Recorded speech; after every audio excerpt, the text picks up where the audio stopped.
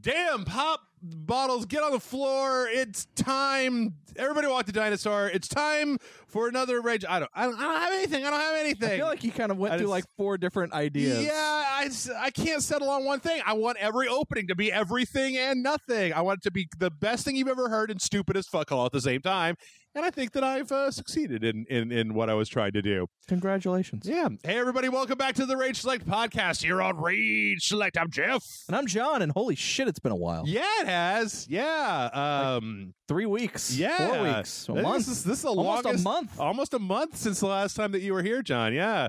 We've had I had a man on twice in a row, and then Dark Horse Bryce last week, right out of nowhere. It's just you and I's day is Thursday, and my Thursdays have gotten weirdly complicated recently in a way that is just meh. But you're back. And you have a Nintendo Switch, and I brought you back just in time as my podcast co-host with the most, who does convention large presentation. Sony had a big old thing, aka the only other person you know who actually pays attention to this shit. Yeah. Also that. No, Sony had a big old thing, and we're going to talk about it. It's probably going to take up a lot of this time. We're going to try to zip a little bit through here. And just before we start, just let everybody know, I watched this. John, you've read up on this. I've read up of it. Haven't seen everything. I've seen some of the trailers. I got excited about a few things. Okay, so we're gonna peed my pants a little. We're gonna talk about some big things, but some of the stuff that you haven't seen, I've got the video up, and we're gonna be watching it while we're talking about it. But before we do that, I've got a couple of very fast things that I want to talk about. All right. First off, and this one I'm hoping to put right at the very beginning because I want to get some feedback from the Rage Select community. Oh. I know. Feedback. Yes. So here's the situation. No, you don't want to make that joke? Okay, fine. What? The DJ Jazzy Jeff joke. Sorry. Every time I say here's the situation, it's the beginning of the, parents just don't understand. Oh, no. See, I don't know that song. Never mind. I know the song. I just don't know. Somebody out there just started rapping, and that was for you, gentle listener. Okay, so Jason Murphy and I are fast nearing the end of Red Dead Redemption. Yeah. I gave Jason the opportunity, essentially, to pick any game he wanted to in the entire world to play between Red Dead Redemption and when Red Dead 2 comes out, whenever the fuck that is. I mean, who knows? Could be 2018, could be forever. Because he said he would do both, and we're, episode 30, I think, or something stupid of Red Dead.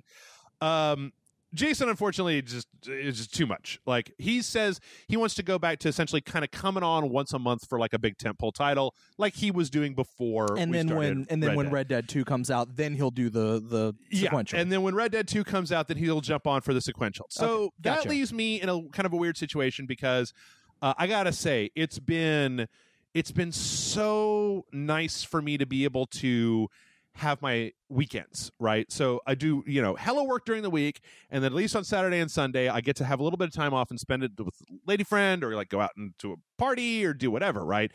So I'm not super keen on jumping back into live streaming on Sunday. Now, I was thinking like my Wednesdays traditionally are very lightweight. So like if we wanted to do a thing where I'm just going to stream whatever the new game is on a Wednesday instead of a dojo, and then do, dojo, indie Saturday, sequential Sunday, right? Instead, to do that. But I want to open the floor to people. Like, we've got the opportunity to do another sequential on Sunday, something else.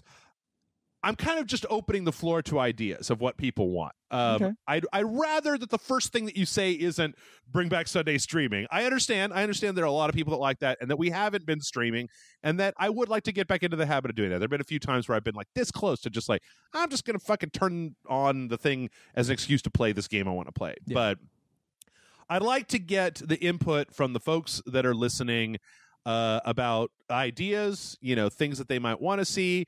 I had an idea about maybe starting to try to do something that was a little bit more scripted, that I could put together some episodes like at the beginning of a month, and then have a month's worth kind of just hanging out there.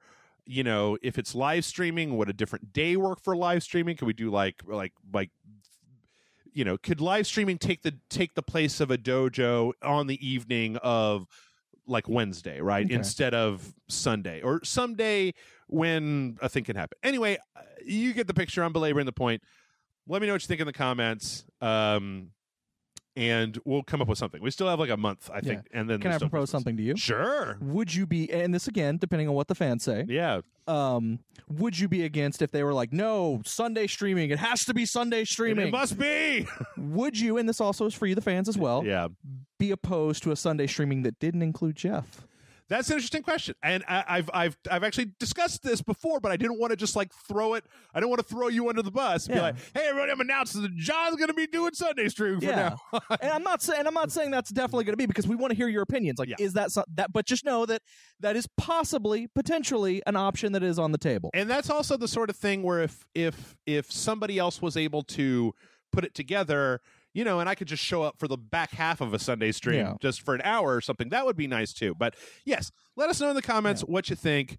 I wanted to put this first because I want to make sure that as many people hear it as possible. Also, I do want to state that if it did become a Sunday streaming without Jeff, while yes, we would still have all the lovely fan interaction stuff. Sure, the way Sunday streaming would occur would probably be a little different. Not in the hours or the time frame, but more in all WWE 2K18. Possibly. We could do nothing but the story mode for WWE 2K18. The fans actually help us create the character. Or we could just play something else. You could play a sequential. Yeah. I mean, like if it came down to it, I'm not going to, I'm going to be like, okay, yes, you can do Sunday streaming. And then every week I'm going to tell you what the fuck you're going to play. No, I'm just saying. It's like we would be up in the air. We would, obviously, we would figure it out at that time.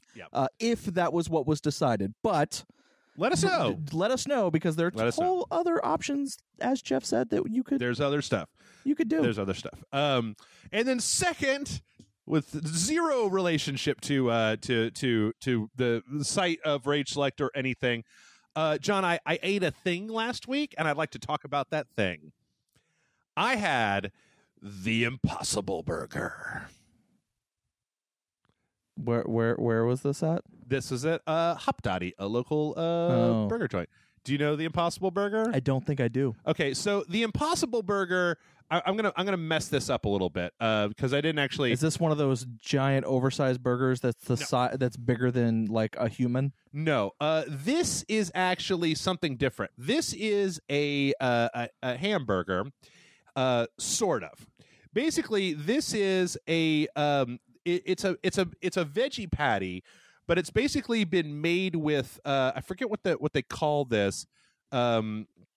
It's what is it? Wheat, potatoes, heme, right? So HEME. This is like a building block of blood, but they've synthesized into something. So like you can look at on their website, Impossible Burger, that these are what the patties look like, and they actually like kind of have a juice that looks like blood inside of them. They're basically like simulated meat, but they're made out of grains and then the stuff. And so it's supposed to be like, you know how a veggie burger, okay, let's be honest. I mean, I like a veggie burger. They don't fucking taste like burgers, though. I mean, they taste like a big handful of corn on a bun. This is different because this was like 85% a regular hamburger. The only thing was that there was a slight texture issue. It tasted a little more like chewy slurry than a normal like ground beef does. But other than that, really interesting. Also, I did cheat and put bacon on it, which I figure kind of invalidated the whole thing. The whole experiment's gone wrong. I left the door open, and the petri dish got mold in it. The whole thing it's not penicillin. It's just a dirty petri dish. I don't know, though. If you have a Hop Dotty, I don't know if that's a local chain. I think it's a local chain. But if you got a Hop Dotty around you, this Impossible Burger is interesting. It looks an awful lot like they got locations places all over the place. Well, these are all different locations. So Hop Dotty has them, but it looks like this is the Umami Burger at the SLS Hotel in Las Vegas. But if you want to try this thing out, I don't know. It's kind of interesting. Like if they could make meat that tasted and looked exactly like meat, but it was made out of vegetables, I'd eat that, man. I'm all right with that. I don't care. I hate everything. See, me, a lot of my likes and dislikes have to do with texture. So if you're telling me that the texture's just slightly different, that might bother me. It probably would. I think that as I was, but then also as I ate more and more of it, Hop Daddy is also a very, they've got very good buns, very good cheese and all that stuff. So you got a lot of quality ingredients that are also kind of masking it a little bit, but it was good. Okay.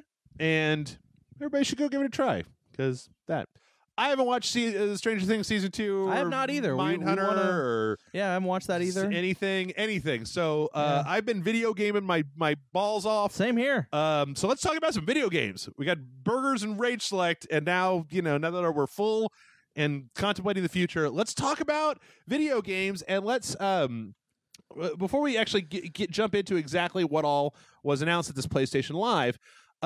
What I find really interesting is the fact that they had like a 30-minute pre-show that had just as many. I feel like the live show was like, here's Spider-Man, here's Last of Us 2, here's Detroit Become Human. And I was like, okay, well, I already know all these games and that they're coming out. I know what they look like. The pre-show, though, had all this crazy stuff, starting off with something that makes you and I equally excited. Yeah. Well, isn't that what happened at E3 last year? Like at the pre-show show, all this stuff that we were like, oh, what the fuck is this? What's this? Oh my god, this is awesome looking. Yeah. And then like in the main show, it's just like all shit we knew about. All the stuff that you've already heard about. Yeah, I don't know.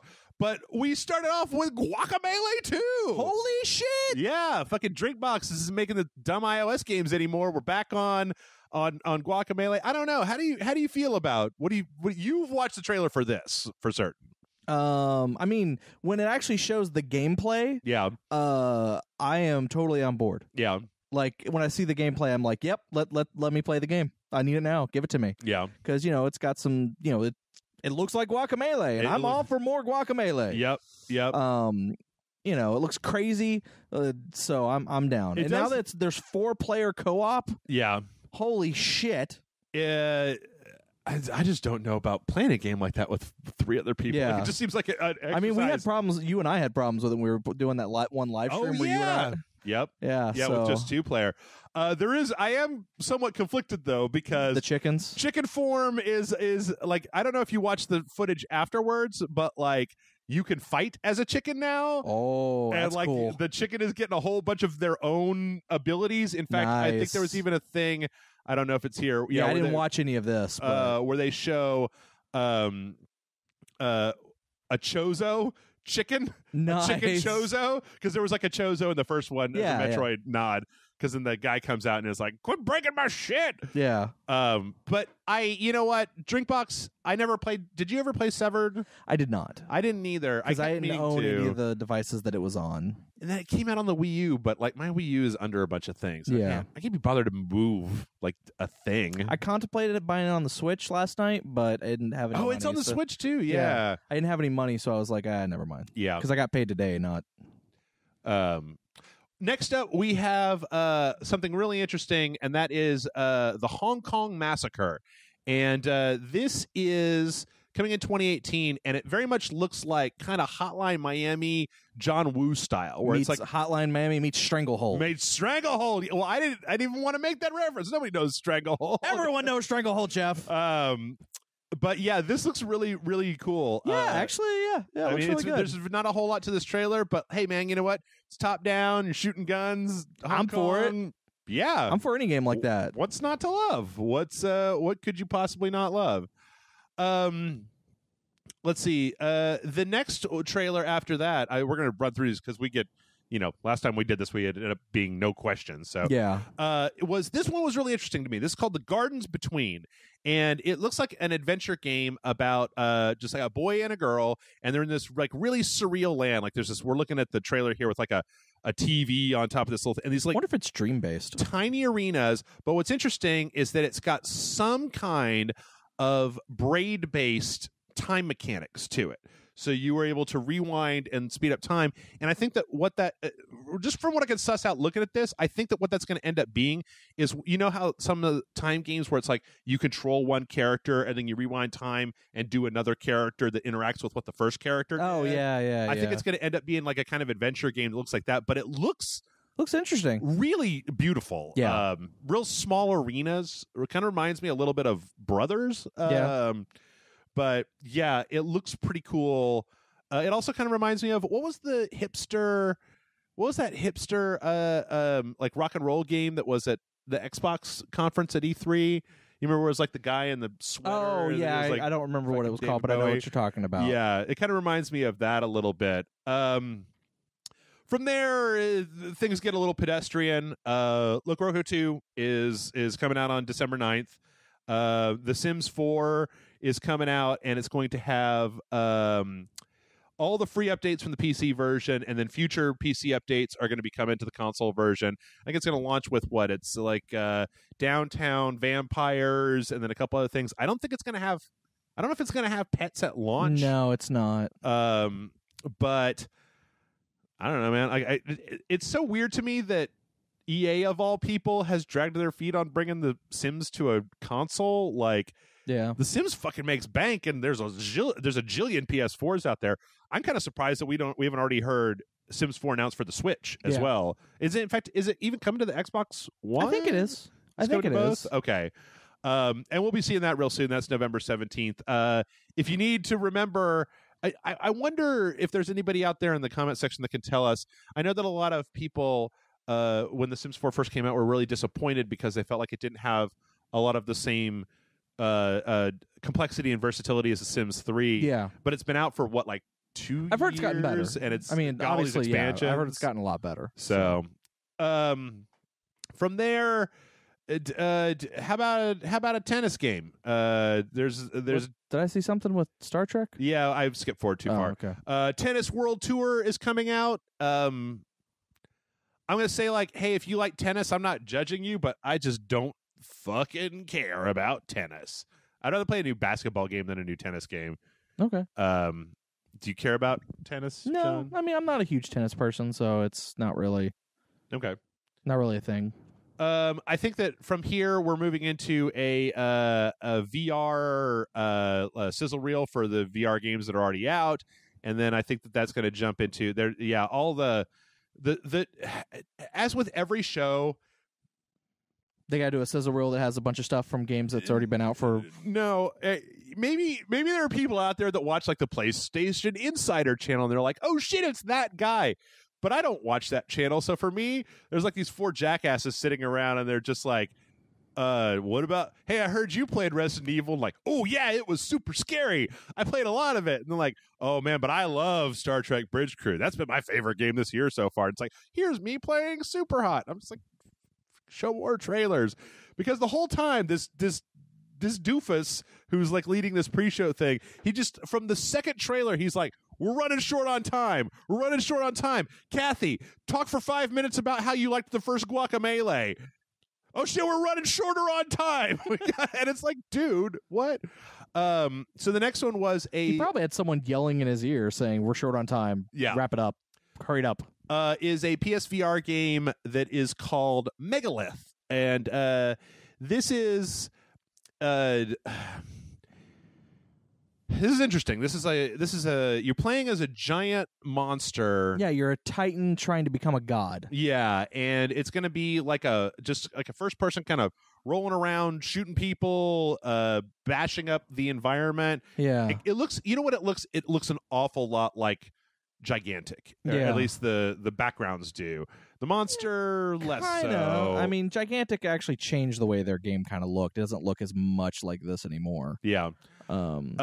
This is interesting, but I feel like with VR trailers, this is just like I didn't see any of the VR parts of it. Yeah. And without seeing that, it's kind of like, well, what is this? Like, that's not what the game is going to play like. Yeah, I would need to. I mean, you get to look at your hands in the trailer. Yeah. Ooh. So. I don't know. Has your just as a brief sidebar, how's your VR experience going, John? So the worst thing that could have happened to me is that I moved. Oh yeah? And since I moved, outside of setting the VR up, I have not touched it. Really? Because it's mostly because in the new place the setup is a little bit different, and also I was really broke for a long period of time, so I really couldn't get any of the new games, and now I've got like a back catalog of games that I want to get that I just don't have the money for, and that is like the worst thing that can happen. Yeah. So it's kind of made me not want to play it. Okay. But also, I just got a Switch, so now I'm like I gotta play these games on the Switch. But I still really want to play VR games. Like I really want to play I've been thinking about maybe buying Megaton Rainfall. That I didn't like that. I played a little bit of it. If I could, I would give it to you as a digital purchase. But there's a few other games I've been kind of interested in that I kind of like. I really want to play The Invisible Hours. I really want to play. Which I know it's not really much playing in that game, but but there's like a few other games. Like I still want to play Super Hot VR. I still want to play Dino Frontier. Like there's a lot of games that I still want to play. I feel like we're right on the verge though of Skyrim and Doom VFR. Because Skyrim's and also November The Inpatient, which comes out at the end of this month. Oh, all right. Which is the prequel, not really a prequel, but takes place in the same universe as Until Dawn game from that company. Yeah, Supermassive Games. Yeah, Supermassive Games. It's funny too because I've been feeling like I'm reminded of when I first got my DK2 that like I got this thing and it was great, but I don't think I want to play anything but the good stuff. Like I'm tired of like in Megaton Rainfall I was playing that and it was kind of cool, but they make you fly around for like 10 minutes before you get to do anything and it's kind of boring. Well, the interesting thing about it is that game was made by one person. Yeah. And then also you've got aliens invading a city and their ships have like one weak point and you've got this very broad attack and if you hit the buildings then it like counts up casualties until you like reset. I don't know. That game just didn't do it for me. Anyway, still I've heard it's good. Next up, we've got Bound to Blood, which looks like it's a pirate game. Yeah, it's an airship combat thing. I don't know. This is another Sky one Pirates.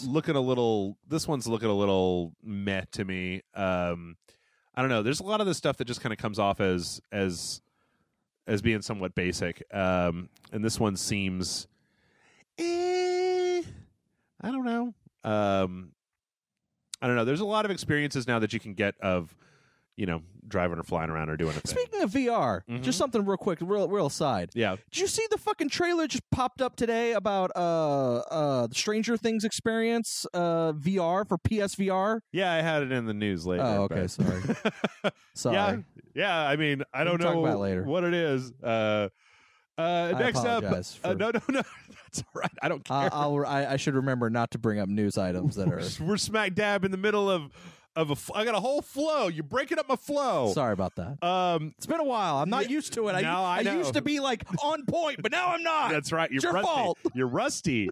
Next up, hey, if you like Pilot Wings, I guess this Ultra Wings VR is going to be a game for you to play. That looks interesting. I mean, I'm not really interested in it, but it looks interesting. I fucking hate Pilot Wings so much. I hate it so much. All you do is just fly around.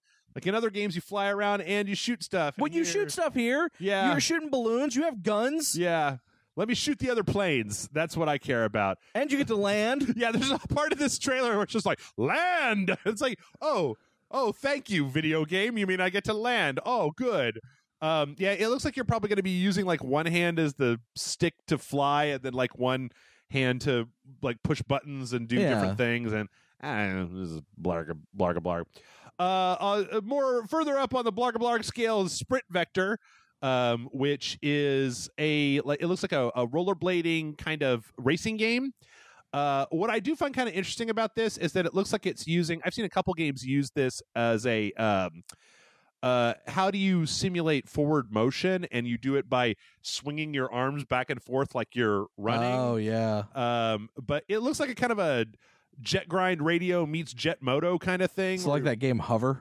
Yeah. It doesn't look bad. It's just, I mean, it's like a Wipeout but on roller skates. And I can see how this would have the ability to make you real ill if you're standing still and the game is giving you this like super forward momentum. Yeah. That always messes up my equilibrium a little bit when you're standing still, but your vision is moving forward and your body's like, what the fuck, man? What the fuck? From there is we get a release date for Moss. Oh, okay. In February of next year. Okay, nice. There was a guy talking about it, which was kind of interesting, where you're going to be controlling. For those of you who forgot Moss, this is where you play a little mouse, and then it's like you are a big character, kind of looking down. I actually think that this style works. Super Lucky Tail was like this, but what's kind of interesting is that apparently you're going to use the controller to control the mouse. Who I forget names, like Henrietta or something like that.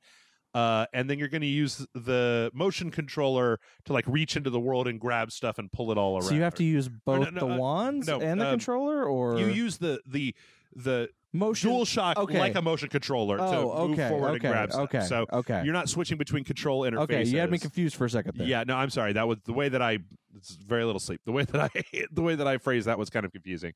But then there's also going to be kind of like some Zelda style, third-person top-down action sequences. And then, you do directly control the main character. Oh, so that's cool. Looks pretty nifty. I don't know. This is one of those ones that I'm kind of interested because I like the idea of not being so goddamn clever about your VR experiences and just being like, hey, it's just like a Zelda game, except you play it in VR. I'm like, yeah, I'm cool with that. I like looking down on stuff.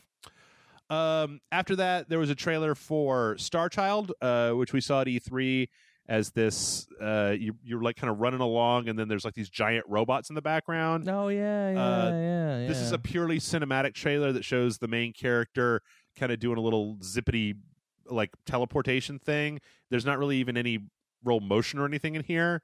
I still think the game itself looks interesting, and the art style looks good. This particular trailer doesn't really tell us anything more than we knew before. Yeah, I don't really feel like I don't even think it's telling us anything really. Yeah. But I'm still interested in playing it. It's just, again, it's kind of like the one for that. So that kind of reminded me that the way that movement was, because it wasn't her zipping around. It was like her in one spot and then like this. Did you ever see Chronicles of Riddick? Yeah. And the way the villain moved around in that, where he would be in one place and then like his like it was that. His little shadow self went. Yeah. Yeah, and then it just went back to her once it was done doing whatever it did. Man, I love that movie. I need to watch that movie again. Good movie. And then after that, let's see, we got some new a new trailer for Resident Evil 7, Not a Hero. Yeah. This was tied into VR. I don't know. I've been thinking about trying to play this particular one. I tried playing Resident Evil 7 in VR, and I'm nope the fuck out. I'm not afraid to say it was a little bit too scary for me, especially at the very beginning. You know what? I never noticed it when I was playing the game, just when it came out. But, like, a lot of stuff in Resident Evil 7 likes to get right up in your face. Yeah. Jack likes to put his face right up into your face. Yeah. And I'm just like, get away from me. I don't know. I'm actually really interested in playing this. It looks pretty cool. It looks a lot more action-oriented than the first one. It looks like it's mostly the molded, or, I mean, I don't know. This is about, this is a character's name, Lucas, the other kid. I mostly want to play it to know, why the fuck is Chris Redfield working for Umbrella? Oh. Also, I really would rather play End of Zoe.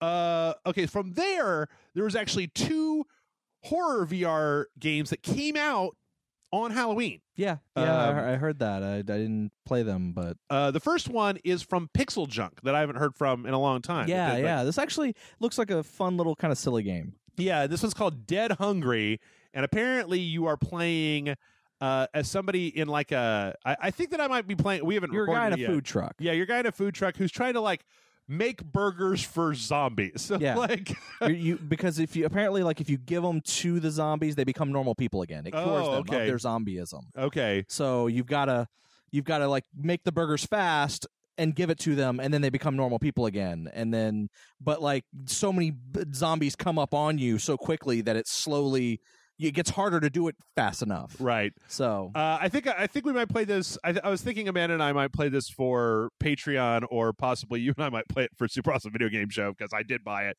because I like Pixel Junk and all their stuff. Yeah, it looks like it could be fun. The other one is called Stifled, and this one This one is another one that I'm like, no, I don't think so, because this is like, okay, so is this that one that's like Perception or Swan? That Unfinished Swan, more like what was it called? Like Eyes something, the Xbox One game with the little girl who would make noise and echolocates. Basically, you're in complete darkness, and I think, if I'm not, I could be mistaken about this, but you either are going to be throwing stuff, or there is a microphone built into the PSVR, and in this trailer, it makes it seem like if you speak, if you say like hello, that then like you get a wireframe of the world that you're in. But then there's also fucking monsters running around, and this is one where I'm afraid that my dumb lizard brain might make me either poop myself or tear the headset off and run out of my front door. Yeah, so I mean, it reminds me of Perception. Yeah, Perception. Mm-hmm. Yep, an awful lot like Perception. But I also think that it would be a very bad game for us to try to play on Rage Select, because if it is using the microphone to listen for sound, then we're going to just get killed over and over again, because we'll be like, all right, everybody, this is welcome to the dojo. I'm working. It's like, also, the enemies look like tiny children. They do. They're like children with the monster face a little bit. I'm noping all the fuck all over that. Yep. Let's see, and we're just about done with VR. So if you're not a VR friend, then your pain is just about over. League of War VR Arena looks like a thing where you're just kind of putting down things in a lane to go like fight against people. You can play this in VR, but you can also play against people who are not playing in VR, apparently on the same TV. And the best part of this trailer, because this game actually looks really kind of pedestrian. I mean, like, whatever. But the best part of this trailer is they have these two actors, a guy in a VR headset, and then his girlfriend apparently on the couch with her controller. And boy, they're doing some of the cheesiest, like, pretend I'm playing a video game acting I've ever seen, where they're just like, oh yeah, all right, I got you, woo, I won. And also, I don't think that the fact that the guy with the VR headset loses the game in the trailer to his girlfriend who was playing on TV bodes really well. Yeah, that seems like I would have, one where it's like she wins one and then one where he wins one. But if it's all her just beating him over and over again, that's and then making fun of him, and I don't know. It's a weird trailer. Yeah, that's League of War VR Arena. And then last but not least in the VR section, Final Fantasy 15 Monster of the Deep is a Final Fantasy fishing game. I have no interest in playing that. Yep, I don't have any interest in playing any fishing game. I don't have any interest in playing the best fishing game. The only fishing game was there was one on the phone where it's like you fish with like chainsaws and dynamite and stuff like that. But yeah, I mean, there was a pretty good fishing game on the Dreamcast, if I remember correctly. I mean, it looks very pretty. It's in the engine. You could dress up like a Moogle or a Chocobo. I don't know. And apparently it's standalone, so you don't even have to own Final Fantasy 15, but you still just playing a fucking fishing game. Fishing.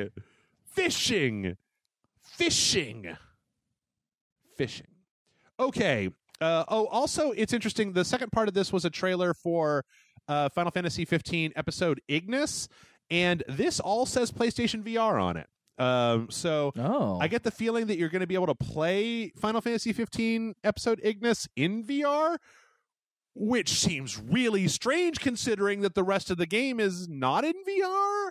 Is there going to be a VR patch? Did I miss it? Because also when they're showing gameplay, they're just showing like Final Fantasy 15 would be convoluted as fuck if you were playing from a first person perspective. Because you're doing all this zipping around and jumping around in combat, like it would be really disorienting. So are you just looking down on Ignis doing this? And if so, why is it only this episode that's in VR? It seems like it would be really a big thing if they said, and also you could play the entire rest of Final Fantasy 15 in VR. Yeah. Because the action sequences here look just like normal Final Fantasy 15. So I don't know is a question mark, but like the whole thing is branded with PSVR at the the top left hand corner. That was a mistake. No, because it's part of this whole like montage, right? So all right. I don't know. Oh wait, I'm sorry, not done yet with VR. There's one more called Invector with DJ Avici, and this is basically just amplitude or whatever frequency amplitude, but in VR. And guess what? That game already exists. It's called Thumper. It's good. Anyway, one more. This is the last one before they get into the conference proper, and this one is for Ure, which is is not a marine simulator as much as you may think. You're playing as a little kid who turns into a dragon. You're flying around. You're fighting like kind of. It reminds me of like what like Flower meets Journey meets Shadow of the Colossus. Yeah.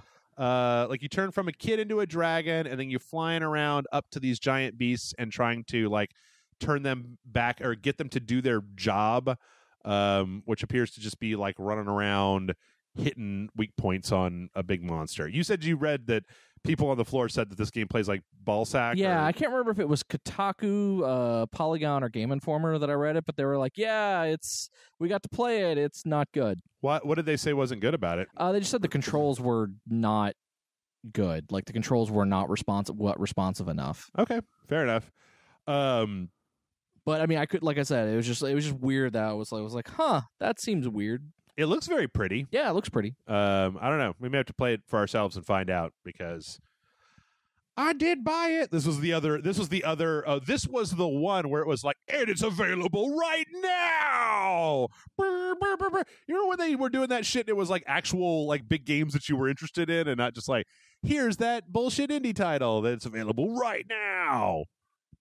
Did they do that with big games that we were all interested in? I swear to God, there was one time. I swear to God, there was at least one time. I can't remember, and I'm not stopping this podcast to look it up, because we are now just entering the actual honest-to-God Sony conference. Oh, wait. Except there was one last trailer. That made Amanda very happy. Yep. Spelunky 2. Yes. Look at that fucking pug. I know. Look at that dog, Jeff. Look at it. It's fucking adorable. I'm looking at it. It was licking out of a skull goblet. Yep. Nope. There is nothing in this trailer outside of just a story about the Spelunky guy's kid. Yeah, the Spelunky guy, apparently he caught the gold, he got married, he had a kid, and then he disappeared, and now it looks like his kid is following in the father's footsteps. Great. I didn't really care for Spelunky 1. I understand why people liked it, but it wasn't the sort of...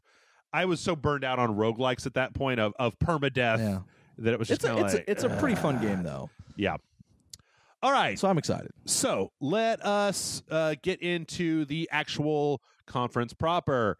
So we got our standard sizzle reel that goes on and on and on. And then we started out with something that I was like, what? This is one that I didn't really see coming. I hadn't heard anything about this. Or no, this is the first anyone's hearing about it. It wasn't leaked. Good job, Sony. Don't leak the things. This is Ghosts of Tsushima. This is a new game from Sucker Punch. And I'm going to try my damnedest not to get Sucker Punch and Insomniac confused, because I was saying... Both you and I do it quite often. That Spider-Man game was Sucker Punch for a while. It was not. Thank you to whoever it was that corrected me. I've made the mistake too. So at first I thought this was a new Onimusha. Okay. And then I thought it was a new Tenku Stealth Assassins. Okay. But no. Or even a new Way of the Samurai. Oh, I did think that. Actually, I did think that, because there's a monologue talking about like, oh, you've trained for all this moment, blah, blah, blah. This looks very cool. Let's be clear there, though, there's no actual gameplay here. It's just cinematic. It's open world, but they're saying it's going to be open world. Okay. Like you can literally go do anything in any order. Good. That's one of the things they're looking at. This is by the same people who brought us Infamous.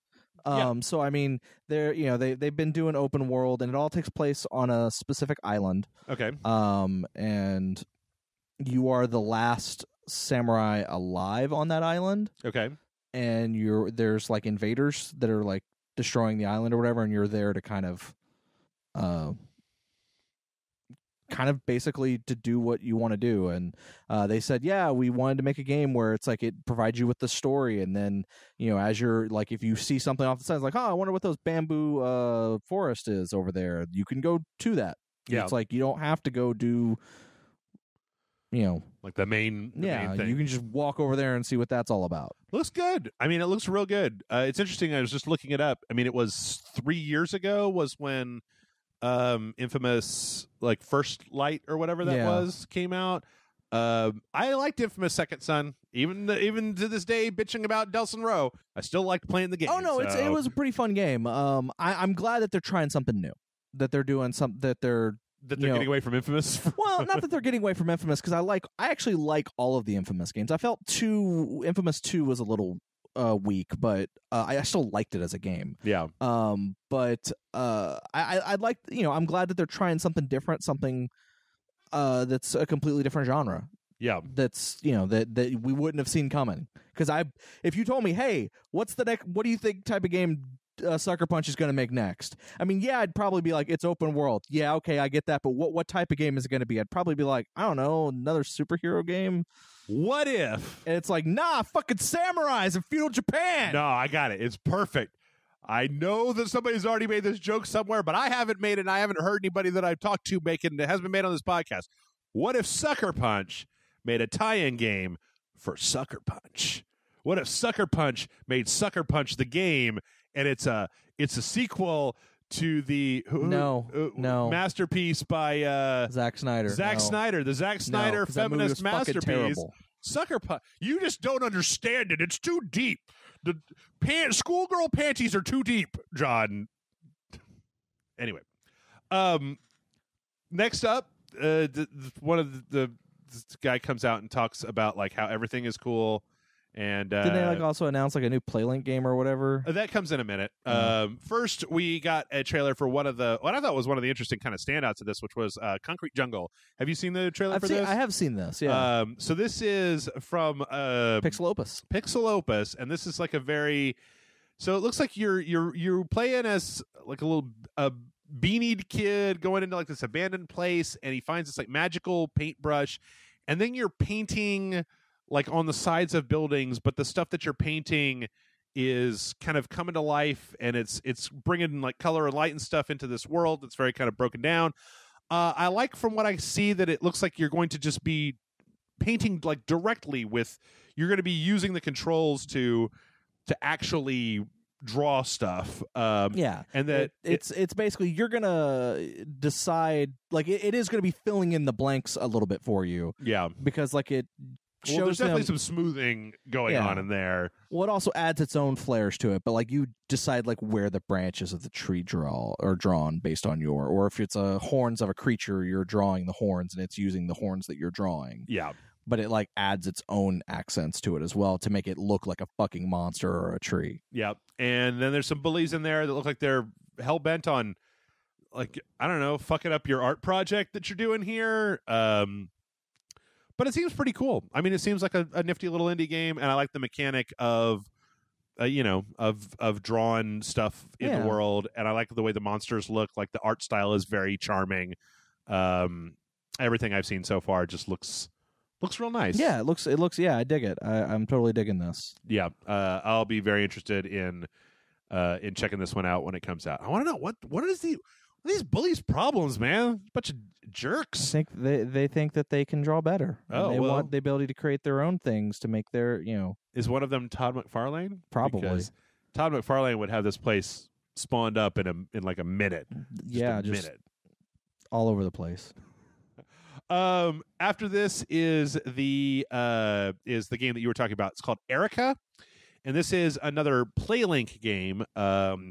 Which is everybody sitting around with their cell phones, and this basically seems like it's an interactive movie. Yeah, right? it's like that. What is it that one movie about that you played with Salisbury? Yeah, like Night Shift or something like that. Whatever Late that Shift was. or something. Late Shift. Yeah, I think that's what it was. Yeah, it's live action, and you're essentially choosing the adventure. Yeah, using the PlayLink. And your friends. It looks pretty good. I mean, I don't know. We played Hidden Agenda, and it seemed like the only problem that I'm having is that PlayLink seems kind of interesting in that it's like you don't need a controller, right? So you can basically hand this to somebody who isn't a big fan of video games.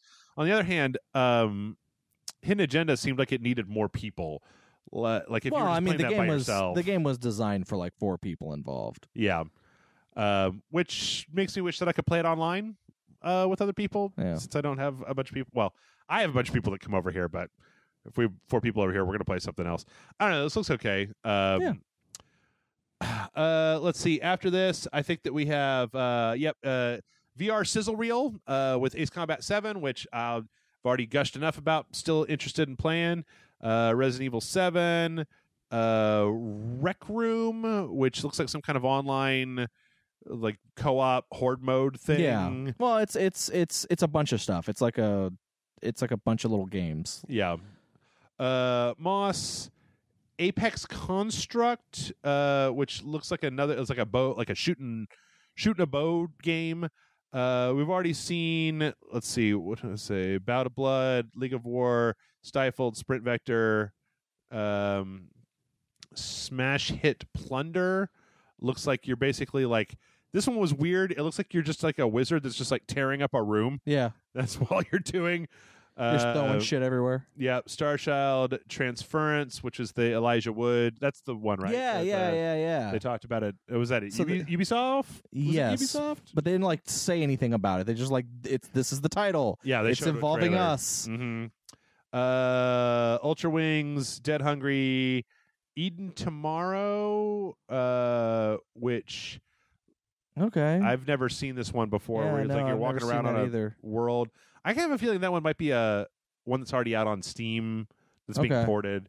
And the Monster of the Deep. But there was one more VR announcement. I don't know if you've seen this. This is Blood and Truth. Oh, yeah. This game looks fucking great. Yeah. No, I'm excited for this. Like, I want to play this. Yeah, it's like, British super spy, like super kind of like slick looking. It's like VR Jason Bourne. Yeah. And fucking meets the heist thing from the PSVR Worlds. Yeah. And then like, I mean, just I don't know. Like I'm wondering from the perspective, like everything I'm seeing here makes it look really cool, makes it look really nifty and interactive, and it's also got a lot of style to it. That, you know what, it kind of reminds me of like what like Hitman meets like The Getaway in VR. It looks real good, and I like what I'm seeing here quite a bit. And you can dual wield, dual wield, man. Mm-hmm. I had a lot of fun with Superhot, and I had a lot of fun with I'm trying to think of what the other one Arizona Sunshine. Yeah. And this to me kind of looks like it might be kind of the same thing of moving tactically and then shooting and ducking behind stuff. Yeah. And that works really well in VR. It's hard for me when we do a video to explain to people that it looks kind of like the same, like when you watch a video of us play with a controller and it's like you aim and then you hit the R2 button to fire and you see a gun on screen, the gun lines up with a person and it fires and you're like, okay. Then you watch us play in VR and you're holding a virtual gun and you hold that gun up and you hit the fire button, and to the people at home watching, it looks relatively similar, but the experience of doing it is so much more satisfying of literally holding up your virtual gun and ping, ping, ping. So I am really, really interested in Blood and Truth. Let's see. Next, we had a trailer for Far Cry 5 that was like, oh, you can play the whole game in co-op. Well, they play Happy Together, and it's kind of like, I don't know, whatever. I mean, just put the game out already. Well, I mean, it's coming out in February. I mean, it's not like they're delaying it or anything. I know. I just wanted it to be out this year. Destiny 2 is getting an expansion, The Curse of Osiris, which is a new character and a new threat. The Vex, I guess, are coming from both the future and the past, and there's a new warlock guy that's going to give you some new powers or whatever. I never even really got into Destiny 2. So I've never played it. I can't. I mean, this all looks fine. It's just Destiny 2 is a little bit low on my list for like things what I want to play. There's a new Monster Hunter, some new Monster Hunter footage. Okay, very Monster Hunter. Got the flying enemies. Monsters fighting each other. It still looks very good. I don't think there was anything. Oh, there was one big thing with this, and that was that on the PS4, there's going to be kind of an Aloy skin and bow. So from Horizon Zero Dawn, you're going to essentially be able to play in Monster Hunter as Aloy, and you've got a little cat that looks like the robots in Horizon Zero Dawn. It's all fine. Yeah, totally. Whatever skis. After that, Call of Duty World War II, which was just kind of an action montage. By the time that this podcast comes out, it'll be out. And we are going to play it just to let people know the way that there's been so many goddamn games out that we're going. Monday, Tuesday will be Assassin's Creed, and Wednesday, Thursday of next week will be Call of Duty World War II, and then we're just going to keep playing catch up as the weeks go on. But next week isn't next week when the Hitman Gold thing comes out, or is it the week after? I don't know. Ooh, there's 4 new story missions, and I want to play them real bad. I reinstalled Hitman. It takes forever because you have to download each individual DLC. Yeah, and then you got to play each one of those new story missions because you've already got pretty much the game as a sequential. I know. On the website, so you gotta get those new episodes. I like the way that we got to see how Plan Jeff works. Plan Jeff became like less and less of an option as time went on because I finally learned how to play that game very well. Call of Duty World War II, everybody. Looks like World War II. This is World War II. I did notice that I don't know if I don't feel like this trailer was for the single player. I did notice that there was a lot of shooting Nazis and not a lot of Nazis shooting other people. Yeah, but why is that a problem? After this, there was a thing that I thought was kind of interesting. This is from Codemasters. This game is called Onrush. I don't know if you saw this, but this looks an awful lot like what was the name of that game on the PlayStation 3 that was like one of the first ones? Motorstorm? Oh, yeah. Or Motostorm or whatever. It kind of reminds me of like Motorstorm mixed with Burnout, mixed with like Rocket League. Yeah. It's very colorful. There's a lot of like spin in the camera. I'm getting a Rocket League outside of the like this would exist in the world of Rocket League. Yeah. Just like not on the arena. Not in the stadium. Yeah. I don't know, man. I'm not a big fan. I'm not the biggest fan in the world of racing games. Yeah. But I like the way that this looks like kind of bonkers. So I don't know. Yeah. Anything that can get me excited about a racing game. Other than Need for Speed out next week? It comes out pretty soon. Friday of next week or something. Yeah, it comes out pretty soon. Because EA hates everybody. Me, everybody.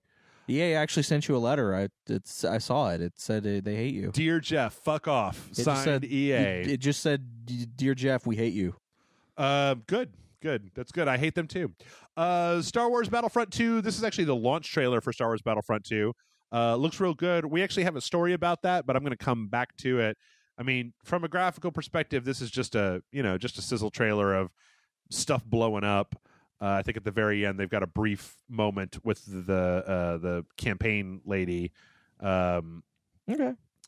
This is also coming out 2 weeks. From now. So it's kind of weird. I know why they do this, but I'm also almost like, why are you promoting like Call of Duty and Battlefront? These games are going to be out like within no time, and you're spending. Because they want to remind people that they're coming out. I know in no time. I know. Actually, considering there's actually not a hell of a lot. I mean, there's some interesting stuff, but no big like tent pole. What the fuck? Like last year, it was Last of Us 2, right? They closed with the first trailer for. Well, that Last was not at the Paris thing. That was at the PlayStation Experience. That was at the PlayStation Experience. Isn't that what this is? This year's 2017. Is it? I don't know. It's a lot of PlayStation. I don't know. I just thought that this was some type of Paris press conference thing. Is this the PlayStation Experience? I thought so. Okay, I don't know. I don't know what the fuck's going on. I don't know what the fuck's going on either. I got nothing. Yep. Okay. After this, we had a trailer for like a kind of a cinematic trailer for Spider-Man. We got to see Aunt May. Decidedly get to see Peter Parker outside of the costume. Yep. Less hot than Marissa Tomei. It appears that Harry Osborn is running for mayor. And still. And Peter's even hanging out with Miles Morales. Yep. Miles Morales is actually up front because we saw him in the last trailer, but he was at the very end. Yeah. It looks a lot. I mean, it looks like a Spider-Man game. It looks like a real solid-ass Spider-Man game. Yeah, I'm actually kind of excited for it, especially with the fact that it doesn't tie into any movies or comic. It's a completely original story in the that uses Spider-Man. I'm all for it. Yeah. Like that's what I really feel like.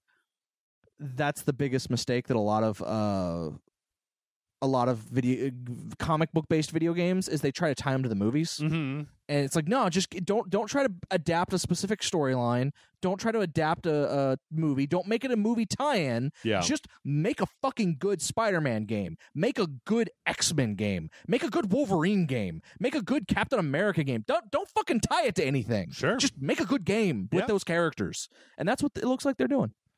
I have to wonder about this one shot in the trailer that looks like you're going to be playing as Sneaky Mary Jane in a portion. I don't know. Maybe that's just a cinematic. But it kind of, the way the camera was framed behind her, it kind of made it look like it was going to be that. I'm still not sold on the white spider on his suit, but I mean, everything else, I don't know. Insomniac hasn't burned me, right? Like, Insomniac's not a company that I usually have to be like, I don't know, your last 2 games weren't that good, Insomniac. I like Ratchet and Clank a lot. Yeah. I like everything that I've played or I like most of the stuff that I played. I like everything I've seen. Yeah. I like the fact that Shocker's in here. Yeah. It's the Spider-Man villain with the dirtiest name. 2018. Yep. After that, we have John's favorite developer, everybody. David Cage's Detroit Become Human. And fuck's sake, I feel like if you stitch together every scenario that they've shown, that we've seen like 40% of this game so far. I actually am willing to bet that most of the scenarios that we've seen are not even in the game at all. Yeah. I will say that, let me rephrase that. With the exception of the scenario we saw at E3 where it was actually them controlling the game a little bit. Yeah. With the exception of that, I'm willing to bet that all of these little cinematic ones, like the very first one and this one, not actually in the game. Well, this is Kara, I believe, from she was the replicant that was put together in the original thing. It was called Kara, right? Yeah. And this is a scenario that's basically Kara's like an android. She's working for this guy. She's like a nanny. Yeah, there's some kind of abusive thing going on, and then it kind of spins out of like, what choices will you make? Take the gun, leave the gun, go with the daughter, don't go with the daughter. Yeah, like apparently she's just come back from the factory because she was damaged. Yeah. And because her father damaged her because he's a drunk and alcoholic, but apparently it's also he has like PTSD or something. Like there's something I don't fucking know. But yeah, it's like you have all these choices that you can do, just like every other fucking trailer that they've shown. I will say that this scenario was more interesting to me than this scenario, and the one with the hostage negotiation bot are more interesting to me than the ones where it's like revolution and spray paint your virtual tag on the side of a building. I agree. This, if it was just a series of small vignettes, because I actually feel like Quantic Dream can do good small things. It's just I don't feel like they do good in a macro sense. Yeah. Like some of the individual missions from Beyond Two Souls were good, but then when you tried to put the whole story together, it was kind of like, well, this doesn't fucking work. The same I felt it was true with Heavy Rain in a lot of ways. Well, Heavy Rain, I feel like worked until you got to the ending. Yeah. Because each thing kind of felt like a smaller thing. I can see that. The Beyond Two Souls, you're right. It's like when they were doing just like the small bits of her life, those really worked, except for the party. But demon children. Yeah, but then once it tried to connect everything together and actually be like, oh yeah, here's the game. Yeah. Then it kind of started to fall apart. I think it's also really interesting to look at this and to note that it looks good. But we have now reached a point in video games where, like, it used to be the new David Cage game. I mean, like, it may not be the best game, but it looked incredible. Yeah. This looks as good as, if not a little bit less good than, like, Star Wars that we just were looking at, or, like, Call of Duty or whatever. I can see that. So. Also, it just dawned on me that literally every Quantic Dream game, every single fucking one of them basically becomes garbage in the third act. Like, all of them are really interesting and engrossing, and then when they hit the third act, either they do some bonkers, batshit crazy thing that makes no fucking sense. Yep. Like in Fahrenheit, whatever, in Fahrenheit, when they bring in the internet, there's a personification of the fucking internet. Yep. I never got that sentient. Far. Yep. Never got that come far. alive. Or in Beyond Two Souls when they reveal the twist. Yeah. Or not Beyond Two Souls, the Heavy Rain when they reveal the twist, that's when it's kind of like, well, no, that twist doesn't work. No, fuck you. I still maintain to this day that Until Dawn is the greatest game that David Cage never made. Yeah, no, Until Dawn out David Caged. Yeah, Quantic Dream. It was like, oh, it's a Quantic Dream game, but it's good. Yeah, it's what a Quantic Dream game would be if it was made by someone who actually understood the things that they were writing about. Yep. Next up, hey everybody, do you like to see 40 seconds of God of War? Because we got like 40 seconds of God of War for you. There's very little here. Just, giant monster. Kratos is, his kid's there. He's jumping down. He's doing a couple of attacks. I mean, like, this was very little. Looks like a God of War game. Yeah. I would like to play it. That's what I got out of this. Still interested. Nothing really on Kratos, the world, or whatever. It's just kind of a little action scene. Yeah. So, whatever. And then let's see. Let's speed up a little bit because we're already at about an hour, but we're just about done here. So we're gonna go a little bit of overtime. Horizon Zero Dawn has the winter DLC that's coming. It's called the Frozen Wilds. Yeah, looks good. If you're into Horizon Zero Dawn, sure. I mean, why not more Horizon Zero Dawn? There's some new footage from the Shadow of the Colossus remake, which looks absolutely fantastic. I'm with you on E3 about, do I really need to play this game for a fifth time? They do, though, show one of my favorite boss fights. From what I've heard, is they rebuilt this game from the ground up. Really? Like, it's not just a HD remake with higher... well, it does look better here than I remember. No, apparently they completely remade the game from the ground up. Okay. And this boss fight, by the way, in the desert with this giant flying thing, that was so dramatic the first time I did it. So... again, I mean, this is, if you haven't played Shadow of the Colossus in a while, I mean, or ever, this is probably as good as an excuse as any to go play it. It holds up and it's a good game, and I like it. They've stated that apparently he feels a little less floaty than he did, or is more floaty, like the character, the way his jumps are. Yeah. So there's some minor changes because again, they're building it up from the ground up instead of porting it. Yeah. And just putting in high res textures. Okay. But and then after that, we got The Last of Us 2. This, I think, it's a little strange. This is disappointing to me. This could have been that biker video game for all that I see in the trailer. Like, I don't know if I'm missing who these characters are, or if they are people from the previous games. Because it's just kind of brutal post-apocalyptic smashing on people, like, there's not a lot going on here that, I mean, it looks really good, but it's fucking Naughty Dog. Like, everything they do looks really good. Yeah. It's like, what are you telling me about Joel, Ellie, or the world here outside they're not telling you anything about Joel or Ellie. They're telling you about the world and the other characters that you'll encounter. But, I mean, what? Like, there's bad people doing bad things? Like, I got that, Naughty Dog. Yeah. Actually, what was it? Polygon did a whole thing about this trailer about how companies need to stop using super brutal violence to sell their games that are not about super brutal violence. Well, because because a lot of people seem to not be happy with this trailer. Really? Okay. Well, for me, it was just that I'm not getting information about the game. I'm just watching a cutscene from it. It's like, remember when they released that video for Uncharted: The Lost Legacy of Chloe and they're just talking on a boat. Yeah. And it was like, well, what does this tell me? It doesn't really tell me much of anything. It tells me that this world is a very harsh place. Yeah. These are probably characters that we're going to meet up with.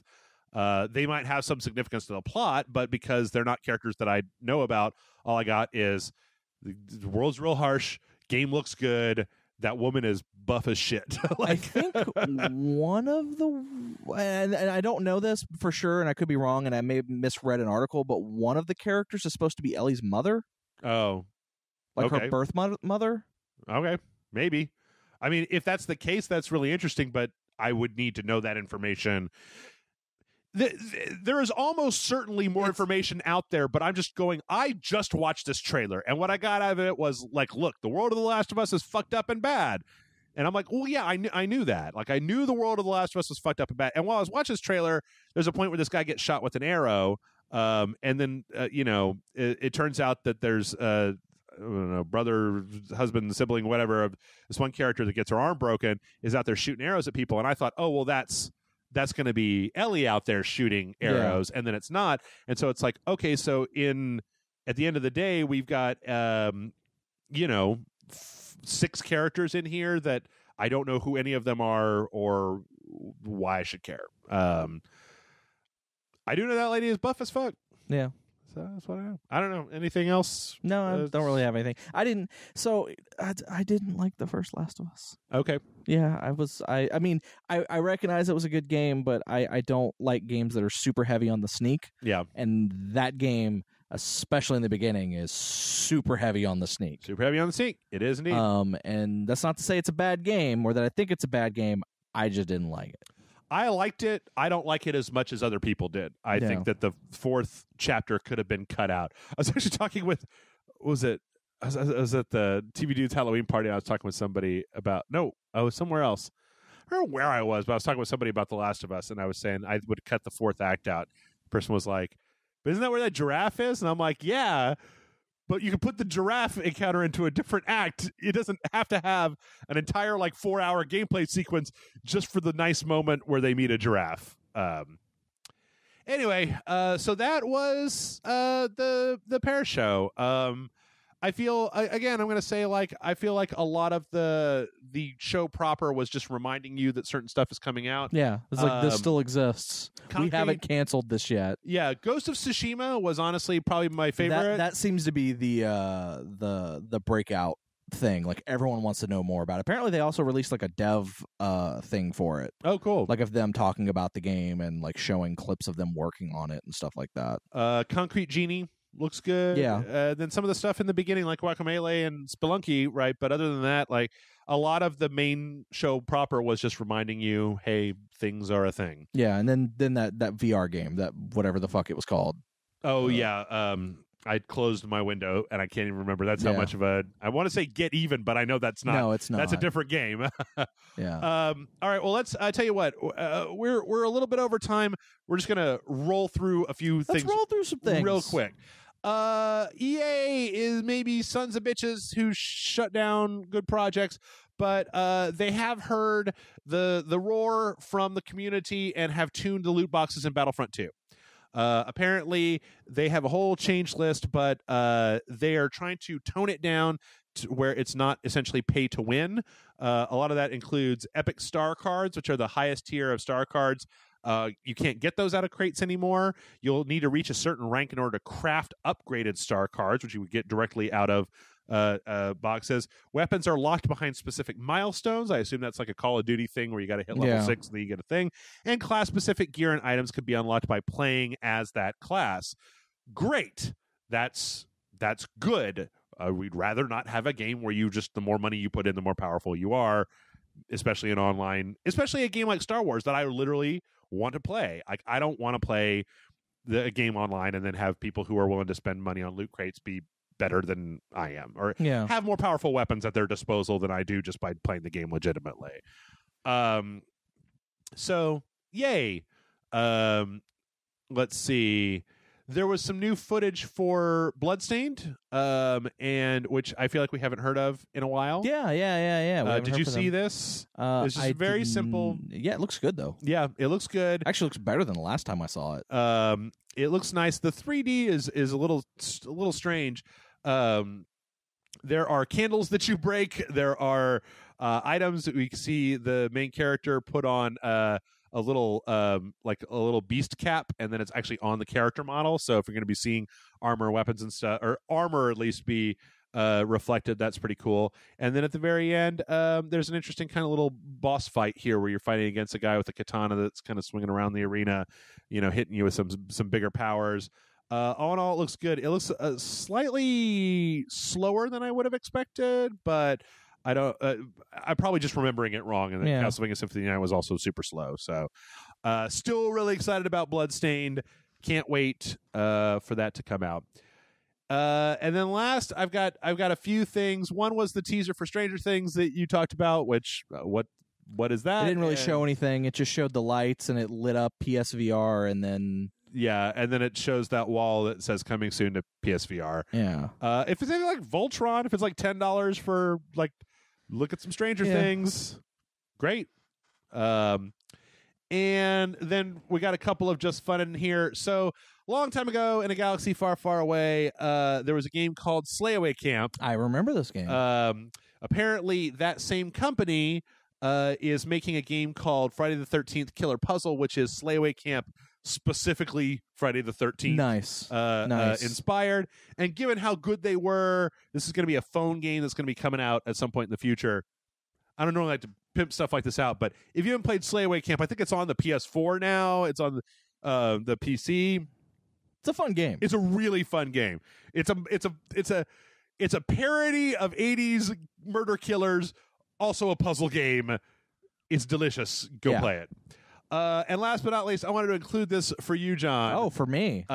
Is guess what Funko is making? Cuphead plushies. Cuphead Mugman plushies and the Devil. Also, just straight up Funko Pops of Cuphead Mugman. I know that you and Amanda are both Dice King. Yeah. Satan. Big fans. I don't know who most of these people are. Gal. I don't remember what her name is. Okay. But hey, if you're into Cuphead and Mugman, maybe go pre-order one of those and look cool. Yeah, look pretty nifty. I don't know about the soft ones. I think I'd rather have the little Funko Pops. But I was at a store this weekend and I saw just like a rack of those things. And they make those things for everything. They do. They just make them for everything. There's only two Funko Pops that I really want right now, which is I want a Crow and Tom Servo. Oh, there you go. They released them last month. All right. And with that, we're going to go ahead and take a break because we're over time. We're going to come back. We're going to answer some questions, but I'm going to try to keep this at about 2 hours total. So we're going to come back. We're going to talk maybe a little bit about the Switch and about Wolfenstein 2. We're going to answer some questions. Stick around.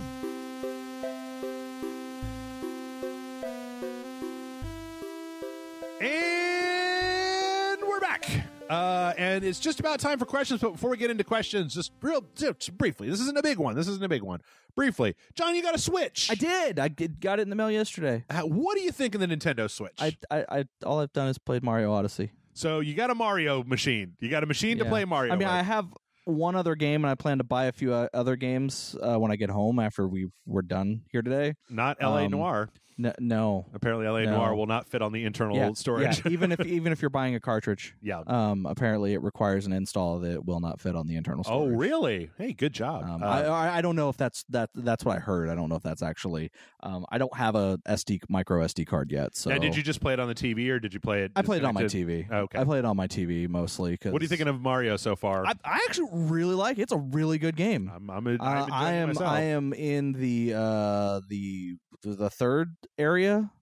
Okay, so that's what Toast Arena, and then the forest area. Are you counting the Hattsville as the first one? Yeah, the Hattsville is the first and one. So so I just finished the Mexican Village Day of the Dead. Oh, okay, guys. okay. Uh-huh. Like I actually just. Oh yeah, because there's the one with the T-Rex before that, which I'm glad that they put the little tiny area that just has a T-Rex. Yeah. Yeah, I like it, and I would be playing it more. Except I've been playing Wolfenstein 2: The New Order, a game which I'm enjoying. It's weird though because it took me like I had to go through like the first 4 missions before I really started, and they're big missions before I started really getting into the game. Because at first, the game is okay. So when you boot up the game in the difficulty menu, there's like the don't hurt me, right? Like the easy mode, right? And then this is the way they identify is there's like a medium easy and then a medium hard.